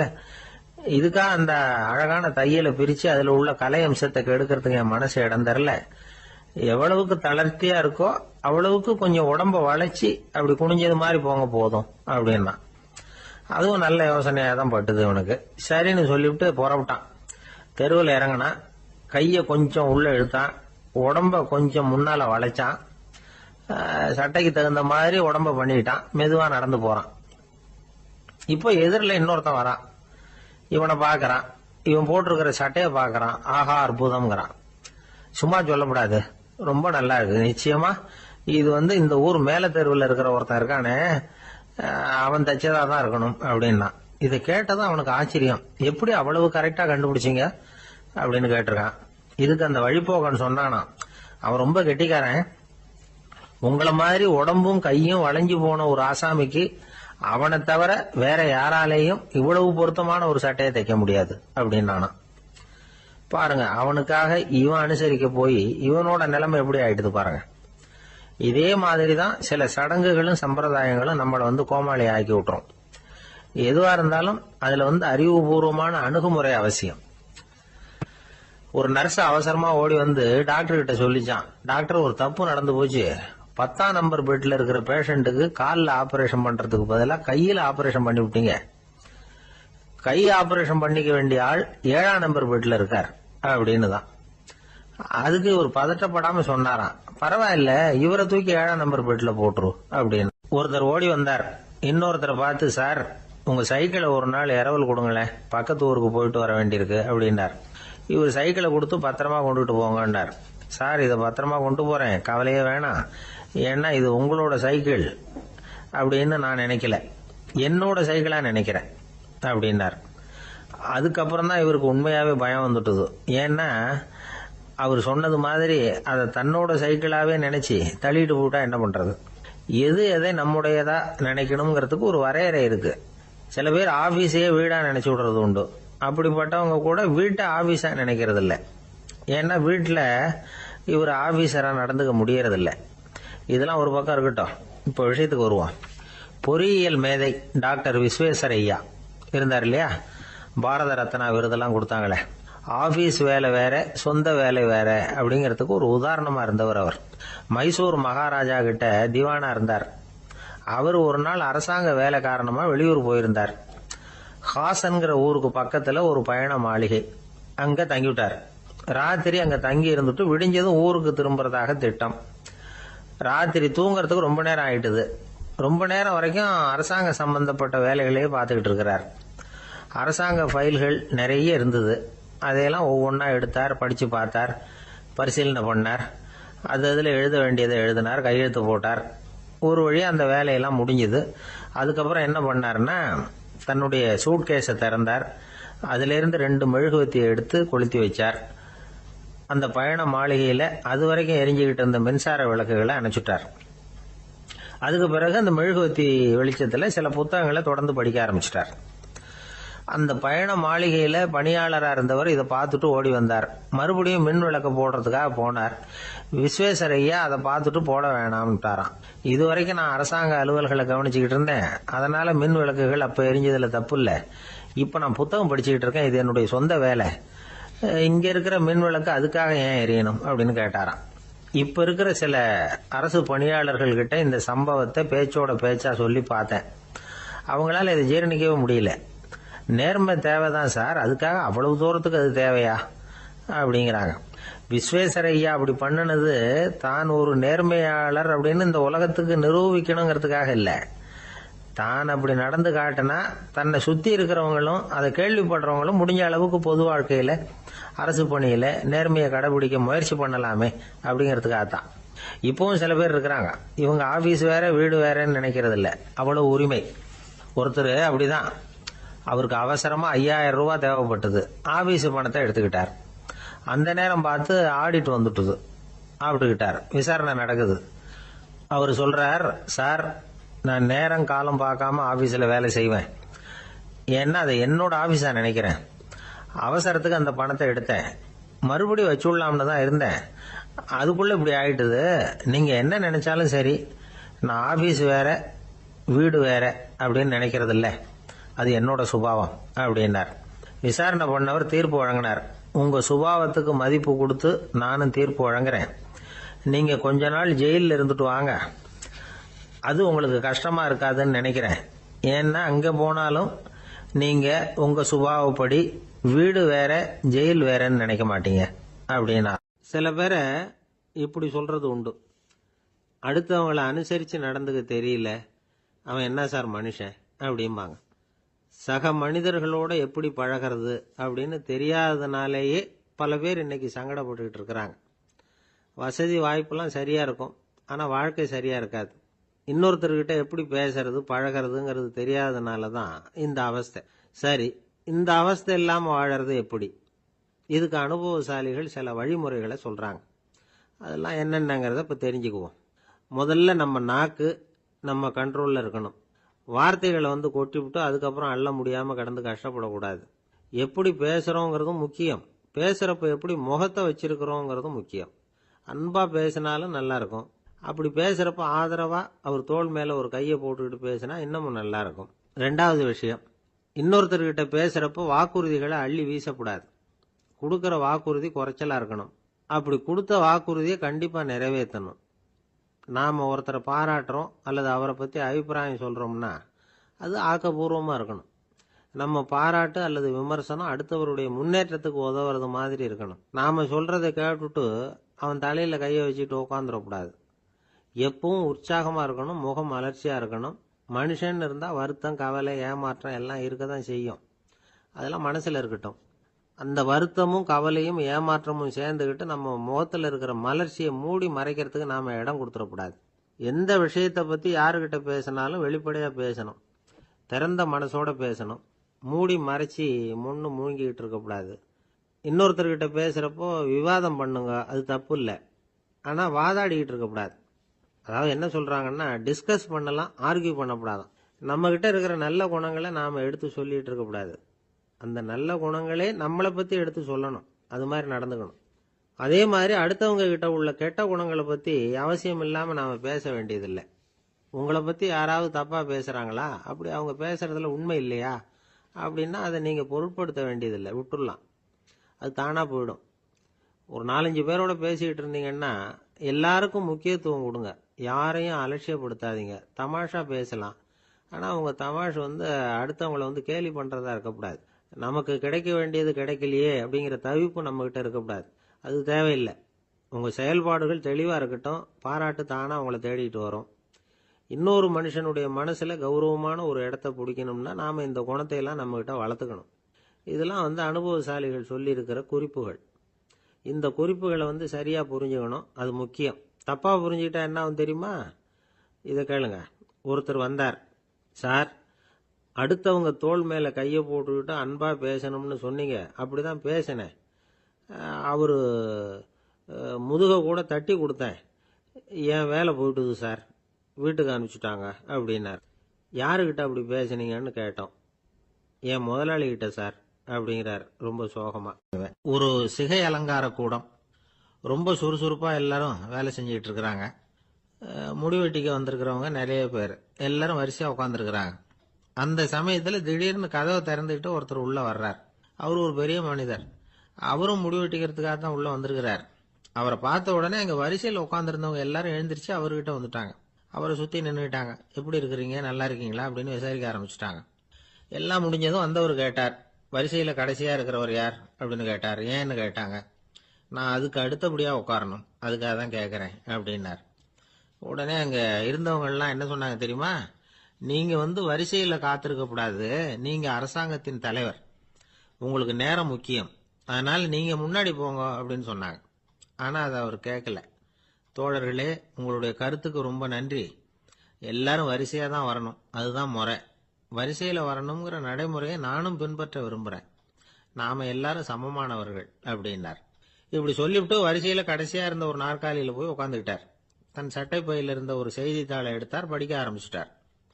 ஆனால் அங்கே இருந்தவங்களால இதை பார்த்துக்கிட்டு சும்மா இருக்க முடியல. ஒருத்தர் எழுந்திரிச்சு வந்தார். ஐயா, இப்போ என்னுடைய முறை வந்திருக்குது, நான் தான் போக வேண்டிய முறை.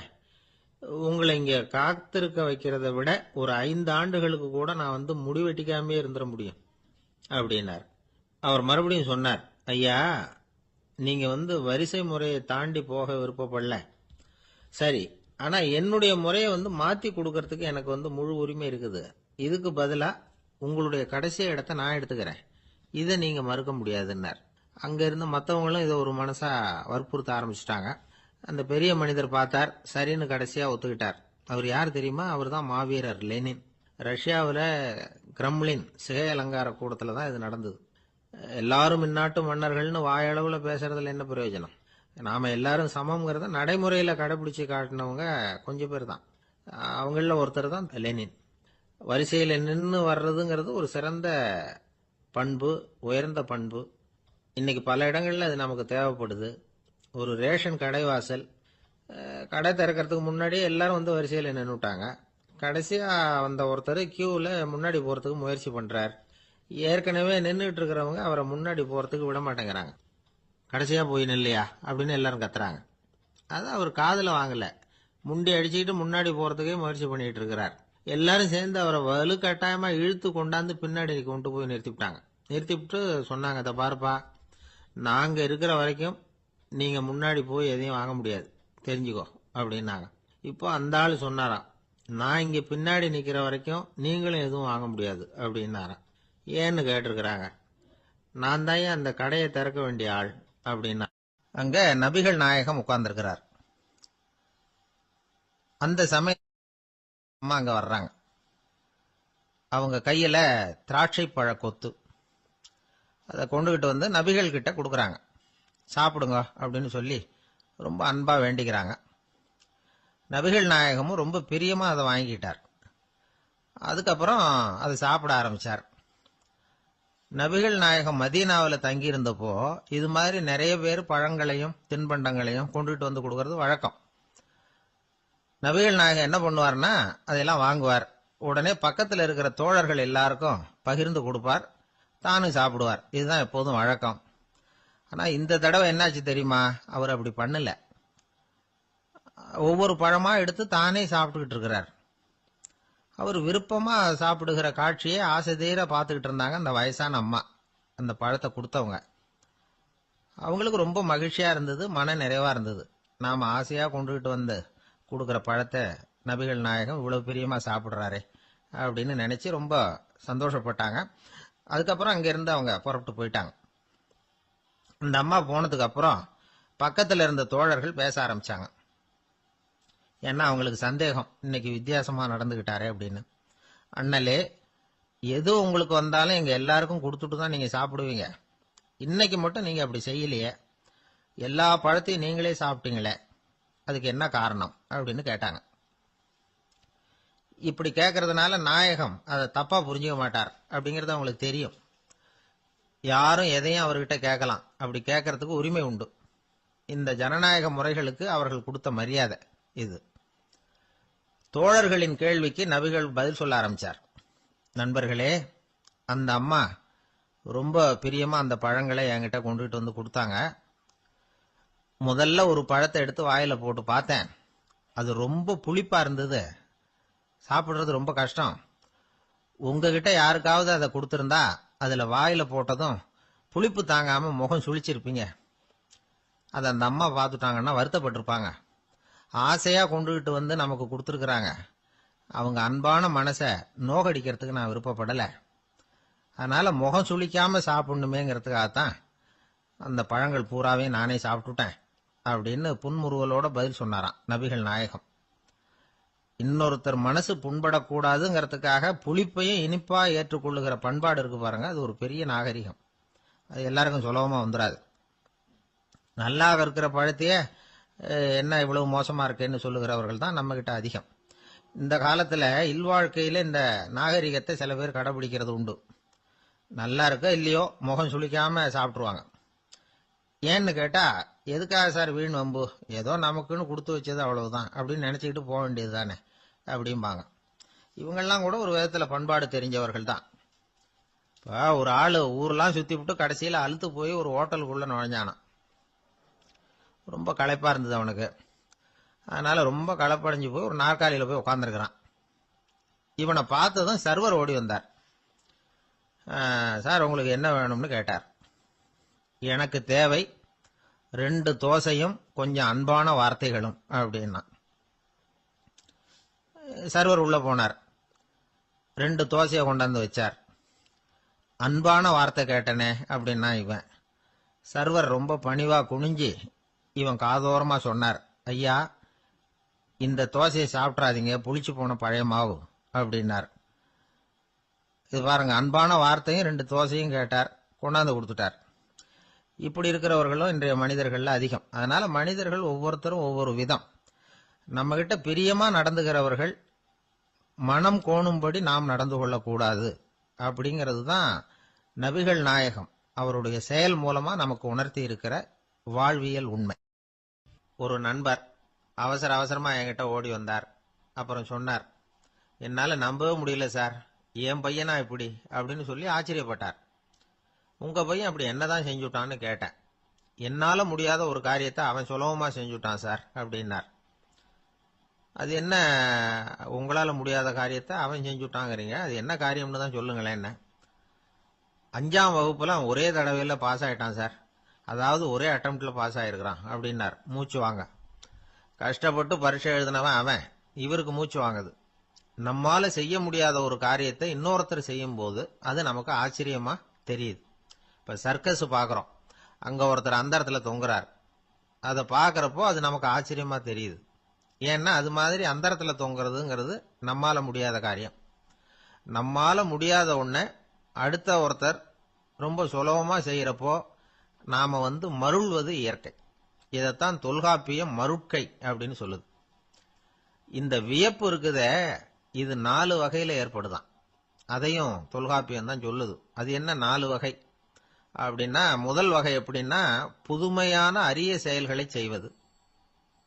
2வது வகை என்னன்னா பெரிய செயல்களை செய்யறது. 3வது வகை எப்படின்னா மிக நுட்பமான செயல்களை செய்யறது. 4வது வகை ஆக்கம் தரும் செயல்களை செய்யறது. புதுமை, பெருமை, சிறுமை, ஆக்கமோடு மதினம் சாலா மருட்கை 4 அப்படிங்கிறது தொல்காப்பியம். இன்னைக்கு விஞ்ஞானம் புதுசு புதுசா எதையோ கண்டுபிடிச்சுக்கிட்டு இருக்குது. அந்த கண்டுபிடிப்புகளை எல்லாம் பாக்குறப்போ ஆரம்பத்துல ஆச்சரியமா இருக்கு, அதுக்கப்புறம் நமக்கு பழகி போடுது. இப்போ வானொலி பெட்டி புதுசா வந்தப்போ அதை சுற்றி எவ்வளவு கும்பல், ஒரு பெட்டி பேசுது அப்படிங்கிறது எவ்வளவு வியப்புக்குரிய விஷயம். இப்ப யாரும் வானொலி பெட்டியை ரொம்ப ஆச்சரியத்தோட பாக்குறது இல்ல.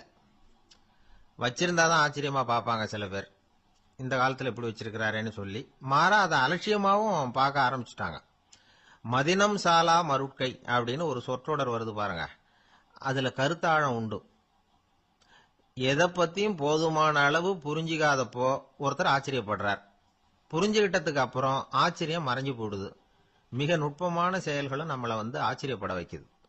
ஒரு அரிசியில ஒரு திருக்குறள் எழுதி காட்டுறாங்க, ஒரு முட்டை ஓட்டுக்குள்ள ஓவியம் தீட்டி காட்டுறாங்க. கருங்கல் சிற்பங்கள்ல எவ்வளவு நுட்பமான வேலைப்பாடுகள், அதையெல்லாம் பார்த்து ஆச்சரியப்படுறோம். இது மாதிரியே ஆக்கப்பூர்வமான செயல்களும் நம்மளை வியப்பில் ஆழ்த்தும். குப்பை கூலங்களை கூட வாழ்க்கைக்கு பயன்படுகிற பொருளா மாற்றுகிறவர்கள் இருக்கிறாங்க. அவங்களுடைய செயல் நமக்கு ஆச்சரியத்தை தருது. இடைக்காட்டு சித்தர்னு ஒருத்தர் இருந்தார். அவர் பாடிய 30 நூல்ல ஒரு பாட்டு வருது. ஆற்றல் பிறர் அறிதலின் ஆகம் கிளர்வு உறுதலின் கற்று அறிபாணர் கெழுமிய கோடலின் தோற்றம் உருகவே போற்றல் சால் வியப்பே. ஒருத்தருடைய ஆற்றல் தெரியாமல் இருந்தது, அவருடைய அரிய செயல்களை பார்க்கும் பொழுது வியப்பா இருந்தது, மனசுக்குள்ள கிளர்ச்சி. பாவலர்கள் இவர்கள் புகழ பாடி மற்றவர்களும் தெரிந்து கொள்ளுமாறு செய்கிறார்கள். ஆக எல்லா வகையிலுமே மக்கள் தங்களுடைய வாழ்க்கையில முன்னேறுவதற்கு வழிகாட்டுகிற ஒரு மெய்ப்பாடு தான் வியப்புங்கிறது. இன்னைக்கு இளைஞர்கள் இதை நல்லா புரிஞ்சுக்கணும். ஆச்சரியப்படுங்கள், ஆச்சரியப்பட வைப்பீர்கள். இந்த காலத்துல நம்ம எப்படி எல்லாமோ ஆச்சரியப்பட வைக்கிற அதிசய மனிதர்கள் இருக்கிறாங்க. ஒரு ஆளை பிடிச்சி ஜெயிலுக்கு கொண்டுட்டு வந்தாங்க. சிறை அதிகாரி அவனை ரொம்பவும் ஆச்சரியமா பார்த்தார். இவன் கேட்டான், ஏன் சார் அப்படி பாக்குறீங்க, நான் இப்ப இங்க வந்தது உங்களுக்கு ஆச்சரியமா இருக்கா அப்படின்னு கேட்டான். இதுக்கு சிறை அதிகாரி சொன்னார், நீ இப்ப இங்க வந்ததுல எனக்கு ஒன்னும் ஆச்சரியம் இல்லப்பா, ஏற்கனவே நீ இங்கிருந்து விடுதலை ஆகி போய் 6 மாசம் ஆச்சு, இவ்வளவு லேட்டா திரும்பி வர்றியா, அதுதான் எனக்கு ஆச்சரியம் அப்படின்னாராம். இது ஒரு வகையான ஆச்சரியம். ஆனா வாழ்க்கையில வியப்புங்கிறது ஒரு தேவைப்படுகிற மெய்ப்பாடு. ஆச்சரியப்படுவோம், ஆச்சரியப்பட வைப்போம்.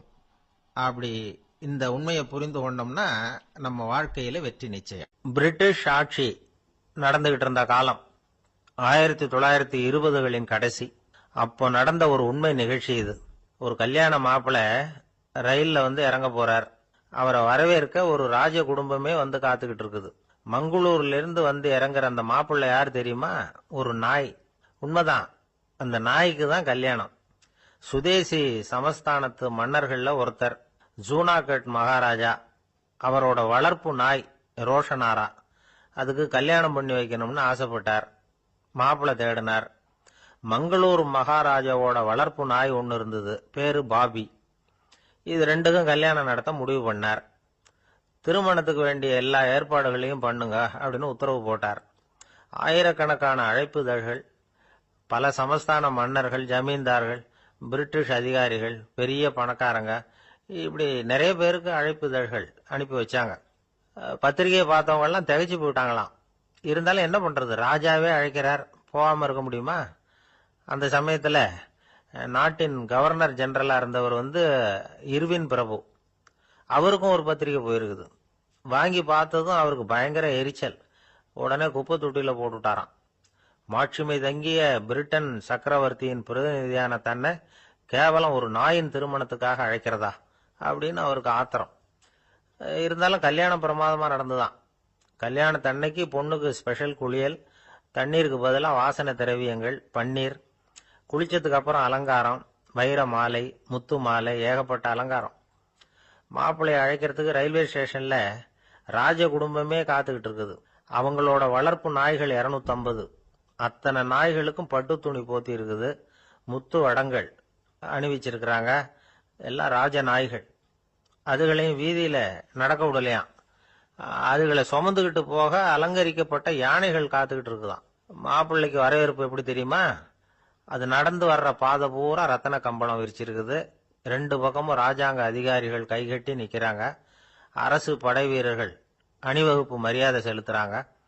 அந்த நாய் ராஜ மரியாதையோட நடந்து வருது. நகையெல்லாம் போட்டுக்கிட்டு வருது.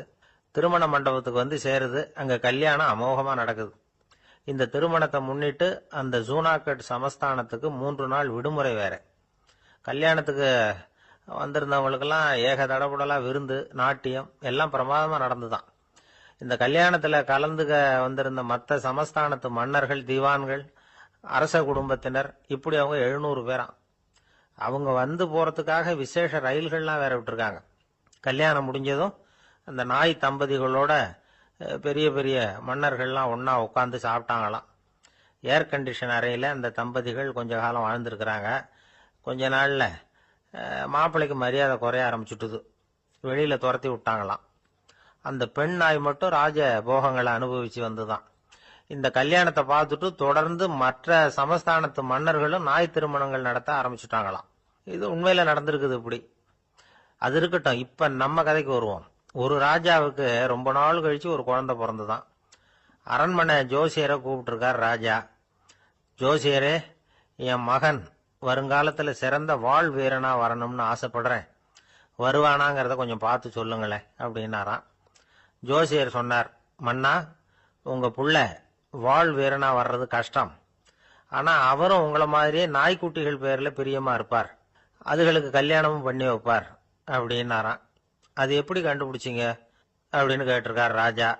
அரசே, உங்க பிள்ளைக்கு வாழ் மேல உள்ள பிரியத்தை காட்டிலும் நாய் மேல உள்ள பிரியம் அதிகம்ங்கிறதுக்கான அறிகுறி இப்பவே தெரியுது. நல்லா கவனிச்சு பாருங்க. அவரு வாழ் வாழ்னு கத்துறாரு அப்படின்னாரு. கவனிச்சு பார்த்துட்டு அப்படி எனக்கு காதுல விழலையே அப்படின்னாராம் மன்னர். அதனாலதான் சொன்னேன், அவர் கத்துறது வாழ் வாழ்னு கத்தல, வள்ளு வள்ளுன்னு கத்திட்டு இருக்கார். அதனாலதான் அப்படி சொன்னேன் அப்படின்னாராம் அரண்மனை ஜோசியர்.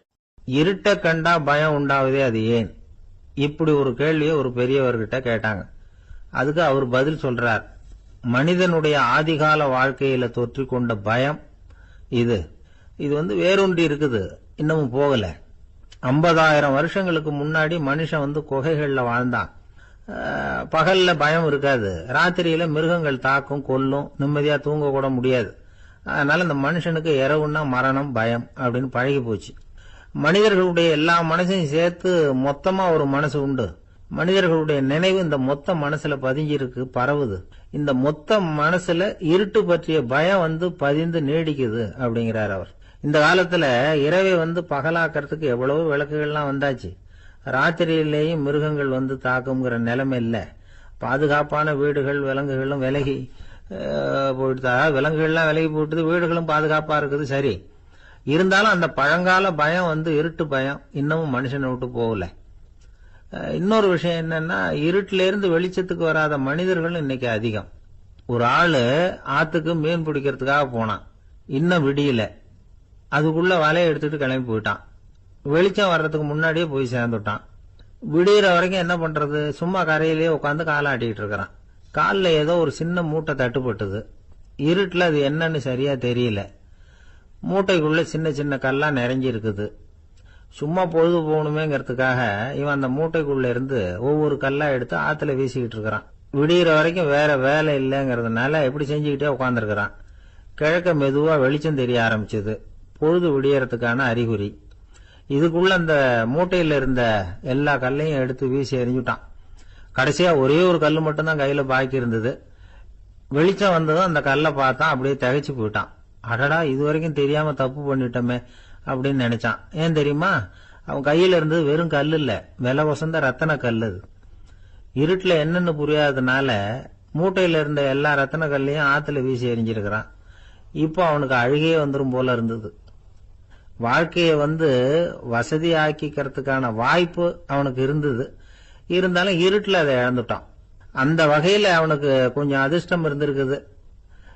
அதாவது ஏதோ ஒரு வகையில இருந்திருக்குது. அதனாலதான் அந்த கடைசி கல்ல எரியறதுக்குள்ள வெளிச்சம் வந்துட்டுது. பல பேருக்கு அந்த அளவு கூட அதிர்ஷ்டம் வர்றது இல்ல. எல்லாத்தையும் வீசினதுக்கு அப்புறம் தான் வெளிச்சம் வரும். என்னன்னு விவரம் தெரியாமலே எழுந்திரிச்சு வந்துருவாங்க. வாழ்க்கைங்கிறது ஒரு பெரிய புதையல். அதை புரிஞ்சிக்காம வந்து மனுஷன் வந்து அதை வீசி எரிஞ்சுக்கிட்டு இருக்கான் அப்படிங்கறது தான் பெரியவங்க கருத்து. சில பேருக்கு புரிஞ்சுக்கிற நேரம் வரும், அதுக்குள்ள வாழ்நாள்லாம் ஓடி போயிருக்கும். அதுக்கப்புறம் என்ன பண்றது? நம்மால் ஒருத்தன் கையில ஒரு சின்ன பையோட வந்துகிட்டு இருந்தான். பைய உள்ள ஏகப்பட்ட நகைகள், ரத்தன கல் எல்லாம் இருக்கு. வந்துகிட்டு இருந்தவன் திடீர்னு அந்த பைய அப்படியே ஒரு குளத்துல வீசி எறிஞ்சுட்டான். மகான்கள் தான் இப்படி பற்று இல்லாம இருப்பாங்க. என்னங்க இது, விலை மதிப்புள்ள அந்த பைய இப்படி குளத்துல வீசி எறிஞ்சுட்டீங்களே, இதுக்கு என்ன அர்த்தம் அப்படின்னு கேட்டார் அவன் கூட வந்தவர். அவன் மெதுவா இவர் காதோட காதா சொல்றான், ஒரு போலீஸ்காரர் பின்னாடி வந்துகிட்டு இருக்கிறார், அவர் போனதுக்கு அப்புறம் இதை எடுத்துக்குவேன் அப்படிங்கிறான். அமெரிக்க ஜனாதிபதி ஆப்ரஹாம் லிங்கன் ஒரு நாள் தன்னோட கோச்சு வண்டியில தலைநகரான வாஷிங்டனுக்கு போயிட்டு இருக்கிறார். கோச்சு வண்டி ஒரு சாலையில போயிட்டு இருக்கு. அந்த சாலைக்கு ஒரு பக்கத்துல பயங்கரமான சதுப்பு நிலம். சதுப்பு நிலம்னா அது புதைகுழி, புதை மணல்ங்கிறோம்ல, அது மாதிரி. அந்த சதுப்பு நிலத்துல யாராவது மாட்டிக்கிட்டா அவ்வளவுதான், ஆளை கொஞ்சம் கொஞ்சமா உள்ள அமுக்கிவிடும். தப்பிச்சு கரையேறது கஷ்டம். அப்படிப்பட்ட நிலம் அது. ஆப்ரஹாம் லிங்கன் ஏதோ ஒரு முக்கியமான அரசாங்க வேலையா போயிட்டு திரும்பி வந்துகிட்டு இருக்கிறார். அதனால அந்த சமயத்துல அவர் விலை வசந்த ஆடைகளை அணிஞ்சிருக்கிறார். அப்படி அவர் அந்த கோச்சு வண்டியில வந்துகிட்டு இருக்கிறாரு. அந்த சமயத்துல ஒரு காட்சி அவர் கண்ணுல பட்டுட்டுது. என்ன தெரியுமா, ரோட்டுக்கு பக்கத்துல இருந்த சதுப்பு நிலத்துல ஒரு இளம் பன்றி குட்டி சிக்கிக்கிட்டு தவிச்சுக்கிட்டு இருக்குது. பரிதாபமா கத்திக்கிட்டு இருக்குது. அதை பார்த்தார் லிங்கன். அவருக்கு என்ன மாதிரி ஆயிட்டுது. உடனே வண்டியை நிறுத்த சொன்னார். கீழே இறங்கினார். தன்னோட விலை வசந்த ஆடைகளை பத்தி லட்சியம் பண்ணவே இல்லை. தனக்கே ஆபத்து வரலாம்ங்கிறத பத்தியும் கவலைப்படல. தான் ஒரு குடியரசுத் தலைவருங்கிறத பத்தியும் அவர் நினைச்சு பார்க்கல. நேரா அந்த சதுப்பு நிலம் பக்கமா போனாரு. அந்த சேத்துல இறங்கி பன்றிக்குட்டியை காப்பாத்தி கரைக்கு கொண்டுட்டு வந்து சேர்த்துட்டார். அதுக்கப்புறம் நிம்மதியா கோச்சு வண்டியில ஏறி வெள்ள மாளிகைக்கு வந்து சேர்ந்தார். ட்ரெஸ், உடம்பு பூரா சேறு சகதி. பாக்குறவங்களுக்கெல்லாம் ஆச்சரியமா போச்சு. அவங்களுக்கு ஒன்றும் புரியல. இவர் நேரா ட்ரெஸ் மாத்திக்கிறதுக்காக போனாரு. கோச்சு வண்டி ஓட்டிட்டு வந்தவன் கிட்ட போய் எல்லாரும் கேட்டாங்க என்ன ஆச்சு அப்படின்னு. அவர் வர்ற வழியில நடந்த விவரத்தை சொன்னார். ஆப்ரஹாம் லிங்கனுடைய இந்த இறக்க குணத்தை எல்லாரும் பாராட்டினாங்களாம், புகழ்ந்தாங்களாம். ஆனா இதுக்கு லிங்கன் என்ன பதில் சொன்னார் தெரியுமா? தயவு பண்ணி இந்த புகழ்ச்சியான பேச்சையெல்லாம் ஒதுக்குங்க, அதெல்லாம் வேணாம். அந்த சின்ன பிராணி சகதியில மாட்டிக்கிட்டு துடிச்சுக்கிட்டு இருந்தது, அதை பார்த்தேன். உடனே என்னுடைய இதயத்துல ஒரு முள்ளு தைச்சது மாதிரி ஒரு உணர்வு. அந்த முள்ளை பிடுங்கி எறிஞ்சேன், அவ்வளவுதான். உண்மையில அந்த பிராணிக்கு நான் வந்து உதவினேங்கிறத விட எனக்கு ஏற்பட்ட இன்னலை போக்கிட்டேன் அப்படிங்கறதுதான் உண்மை. அதுதான் பொருத்தம். அப்படி இருக்கிறப்போ இதுல புகழறதுக்கு என்ன இருக்குது அப்படின்னாரு ஆப்ரஹாம் லிங்கன். எவ்வளவு யதார்த்தமான வார்த்தைகள் பாருங்க. இந்த காலத்துல நம்மளையும் பல பேர் அப்படி உண்டு. நீச்சல் தெரியாத ஒரு ஆளு தண்ணியில இறங்கிட்டான். தண்ணி ஆழம்ங்கிறது அப்புறமா தான் தெரிஞ்சுது. தத்தளிக்க ஆரம்பிச்சுட்டான். வாழ் வாழ்னு கத்துறான். கரையில் நின்றுட்டு இருந்த ஒருத்தர் இதை பார்த்தார். உடனே அவருக்கு இதயத்தில் முள்ளு தைச்சது மாதிரி ஒரு உணர்வு. உடனே குபீர்னு தண்ணியில் பாய்ஞ்சார். அவரை காப்பாற்றி கரைக்கு கொண்டுட்டு வந்து சேர்த்தார். இதை பார்த்துக்கிட்டு இருந்த இன்னொருத்தர் காப்பாற்றின அந்த ஆளை பாராட்டி புகழ்ந்தார். என்ன புகழாதீங்க சார் அப்படின்னார் அவர். ஏன்னு கேட்டார் இவர். நான் அந்த ஆளை ஏன் காப்பாற்றினேன் தெரியுமா? அவன் நேற்றுக்கு என்கிட்ட 300 ரூபா கடன் வாங்கியிருக்கிறான். இவன் தண்ணியில் போட்டான்னா நான் கொடுத்த கடனும் தண்ணியில் போடும்.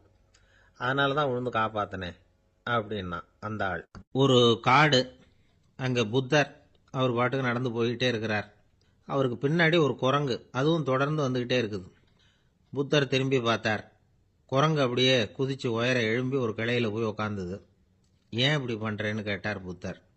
என்னை சாதாரணமாக நினைக்க வேணாம், நான் மகாமந்தி. என்னால் எல்லாம் முடியும். முடியாதுங்கிற வார்த்தையே என்னுடைய அகராதியில் கிடையாது. என்ன வேணும்னாலும் செய்வேன் அப்படின்னுது. அப்படின்னா ஒரு பந்தயம் வச்சுக்கலாமான்னாரு இவர். ஓ, வச்சுக்கலாமேன்னுது. வேற ஒன்றும் இல்லை, இப்போ நீ மேலே எழும்பி அந்த கிளையில் உட்காந்தது மாதிரி அங்கேருந்து தாவி என் உள்ளங்கையில் உட்காரணும், அவ்வளவுதான் அப்படின்னார். அப்படி உட்காந்துட்டா என்ன பரிசு அப்படின்னு கேட்டது அது. சொர்க்கத்தில் இருக்கிற மாமன்னன் மரகத சக்கரவர்த்தியை என்னோட இருக்கும்படியாக கூப்பிட்டுக்கிறேன். அந்த சமயத்தில் அவருடைய அரியணை அங்கே காலியாயிடும். நீ அதில் போய் உட்காந்துக்கலாம். பந்தயத்தில் தோத்துட்டா ஒரு கல்ப காலம் இந்த பூமியில் வாழ வேண்டியிருக்கும். அதுக்கு பிறகுதான் என்கிட்ட வர முடியும். என்ன சொல்ற அப்படின்னார். குரங்குக்கு தாவறது ஒரு பெரிய காரியமா? இது எனக்கு ரொம்ப சாதாரண விஷயம். என்ன இப்பவே தாவட்டுமா அப்படின்னுது. சரின்னு சொல்லி உள்ளங்கையை நீட்டினார். அவருடைய கை தாமரை இலை அளவுக்கு அப்படியே விரிஞ்சுது. குரங்கு சௌரியமா உட்கார்றதுக்காக. குரங்கு தாவறதுக்கு தயாராச்சு. அதுக்கு முன்னாடி ஒரு சின்ன யோசனை அதுக்கு.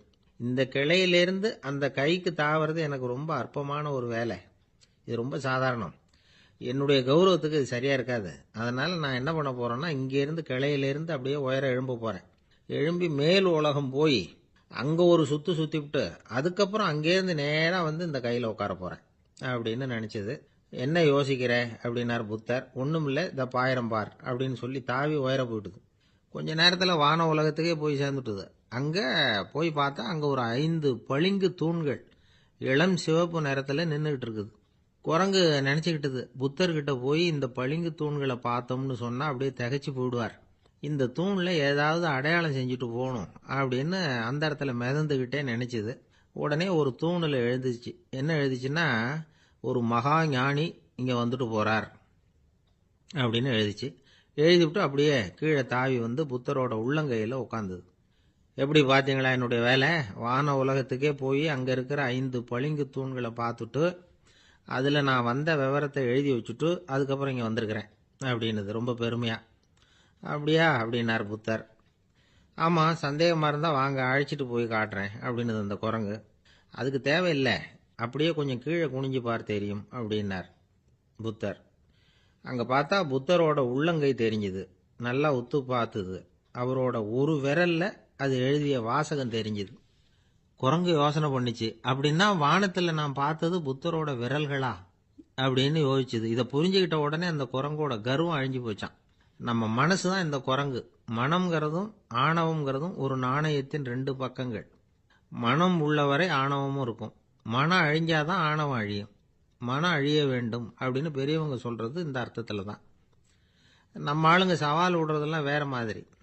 ஒருத்தன் ஒரு வாய்க்காலை தாண்டுறேன்னு பந்தயம் கட்டி தாண்ட முடியாம வாய்க்காலில் விழுந்து காலை உடைச்சிக்கிட்டு கட்டு போட்டுக்கிட்டு வந்தான்.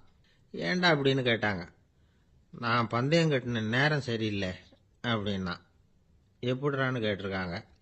வாய்க்காலில் தண்ணி இருக்கிற நேரமா பார்த்து பந்தயம் கட்டியிருக்கணும் அப்படின்னானா. அந்த ஆள் என்ன கண்ணாப்புண்ணான்னு திட்டிவிட்டான் சார். அதை நினைச்சா எனக்கு ரொம்ப வருத்தமா இருக்கு அப்படின்னு சொல்லி கவலைப்பட்டார் ஒருத்தர். இதுல கவலைப்படுறதுக்கு என்ன இருக்குது அப்படின்னார் ஒரு பெரியவர். அவர் ஒரு மகான்.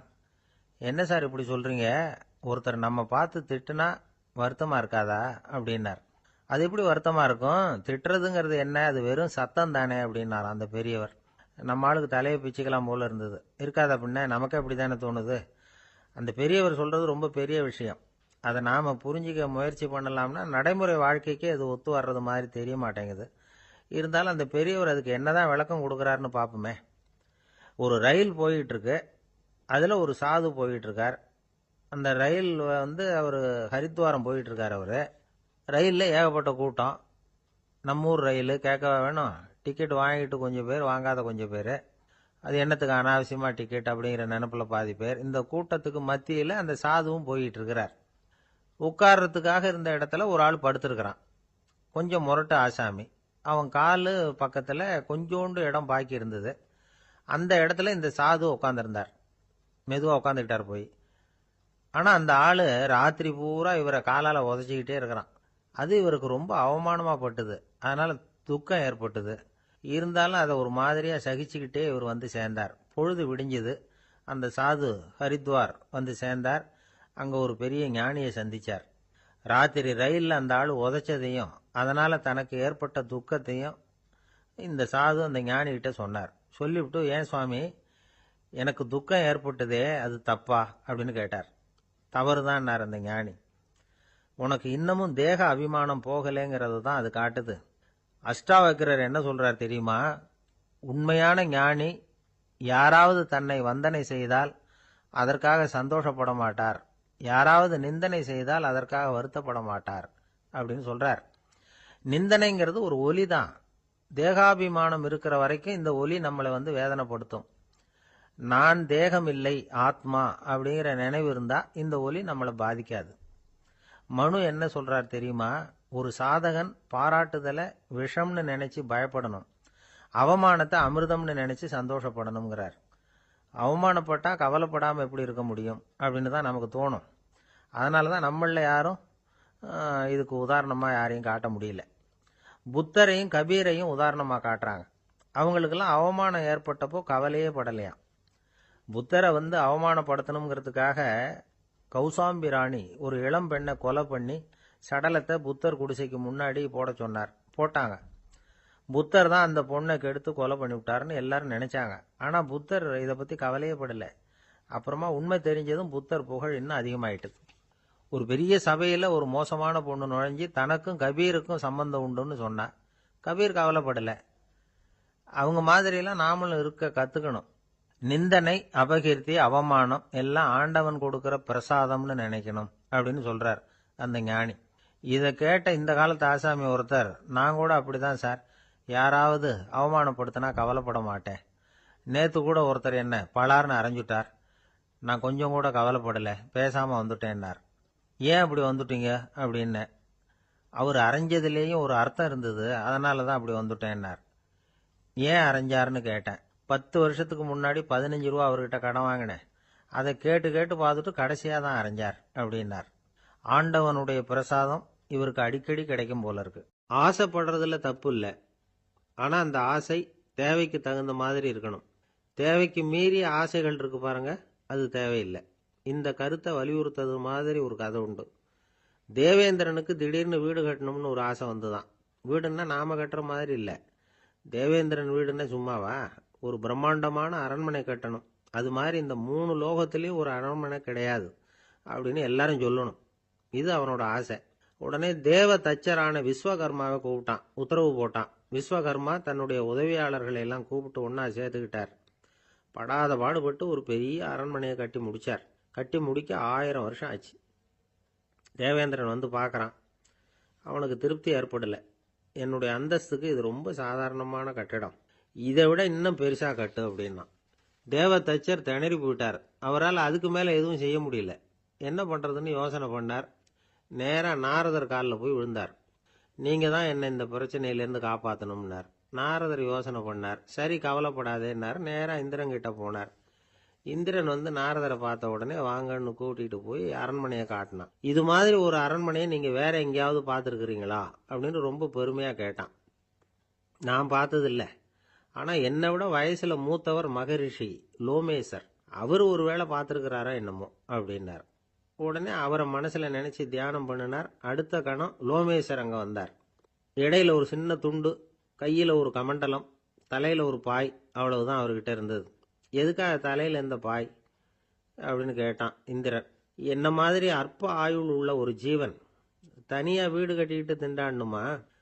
இந்த பாய் தான் ஒரு வீடு மாதிரி எனக்கு நிழல் கொடுக்குது அப்படின்னார் அவர். என்னது, உங்களுக்கு அவ்வளவு கொஞ்சமான ஆயுளா அப்படின்னு ஆச்சரியத்தோட கேட்டான் இந்திரன். ஆமா, இதை பாரு, என்னுடைய மார்பில் ஒரு பொற்காசு அளவுக்கு ரோமம் உதிர்ந்துட்டுது. எப்போ என் உடம்புல உள்ள எல்லா ரோமமும் உதிர்ந்துருமோ அப்போ என்னுடைய ஆயுள் முடியும் அப்படின்னார். எப்போ அந்த ரோமங்கள் பூரா உதிரும்னு கேட்டான் இவன். ஒரு பிரம்மா மறைஞ்சதும் ஒரு ரோமம் உதிரும். என் உடம்புல உள்ள ரோமங்களின் எண்ணிக்கை எவ்வளவோ அவ்வளவு பிரம்மாக்கள் தோன்றி அவங்க ஆயுள் முடியும் பொழுது என் உடம்புல உள்ள ரோமங்கள் பூரா உதிரும் அப்படின்னார். அப்படின்னா ஒரு பிரம்மாவோட ஆயுள் எவ்வளவு காலம்னு கேட்டான். ஒரு பிரம்மாவுக்கு 100 தேவ வருஷம். ஒவ்வொரு தேவ வருஷத்துக்கும் 365 தேவ நாள். ஒவ்வொரு தேவ நாள்லயும் ஒன்ன மாதிரி 14 இந்திரர்கள் தோன்றி மறைகிறாங்க அப்படின்னு மகரிஷி லோமேசர் சொல்றார். இதை கேட்டதும் இந்திரன் ஆடி போயிட்டான். அவ்வளவு ஆயுள் உள்ள இவரே அற்ப ஆயுள்னு சொல்றார். நான் என்னுடைய ஆயுளை பெருசா நினைச்சுக்கிட்டு பிரம்மாண்டமான அரண்மனை கட்டணும்னு ஆசைப்படுறேனே அப்படின்னு நினைச்சான். எனக்கு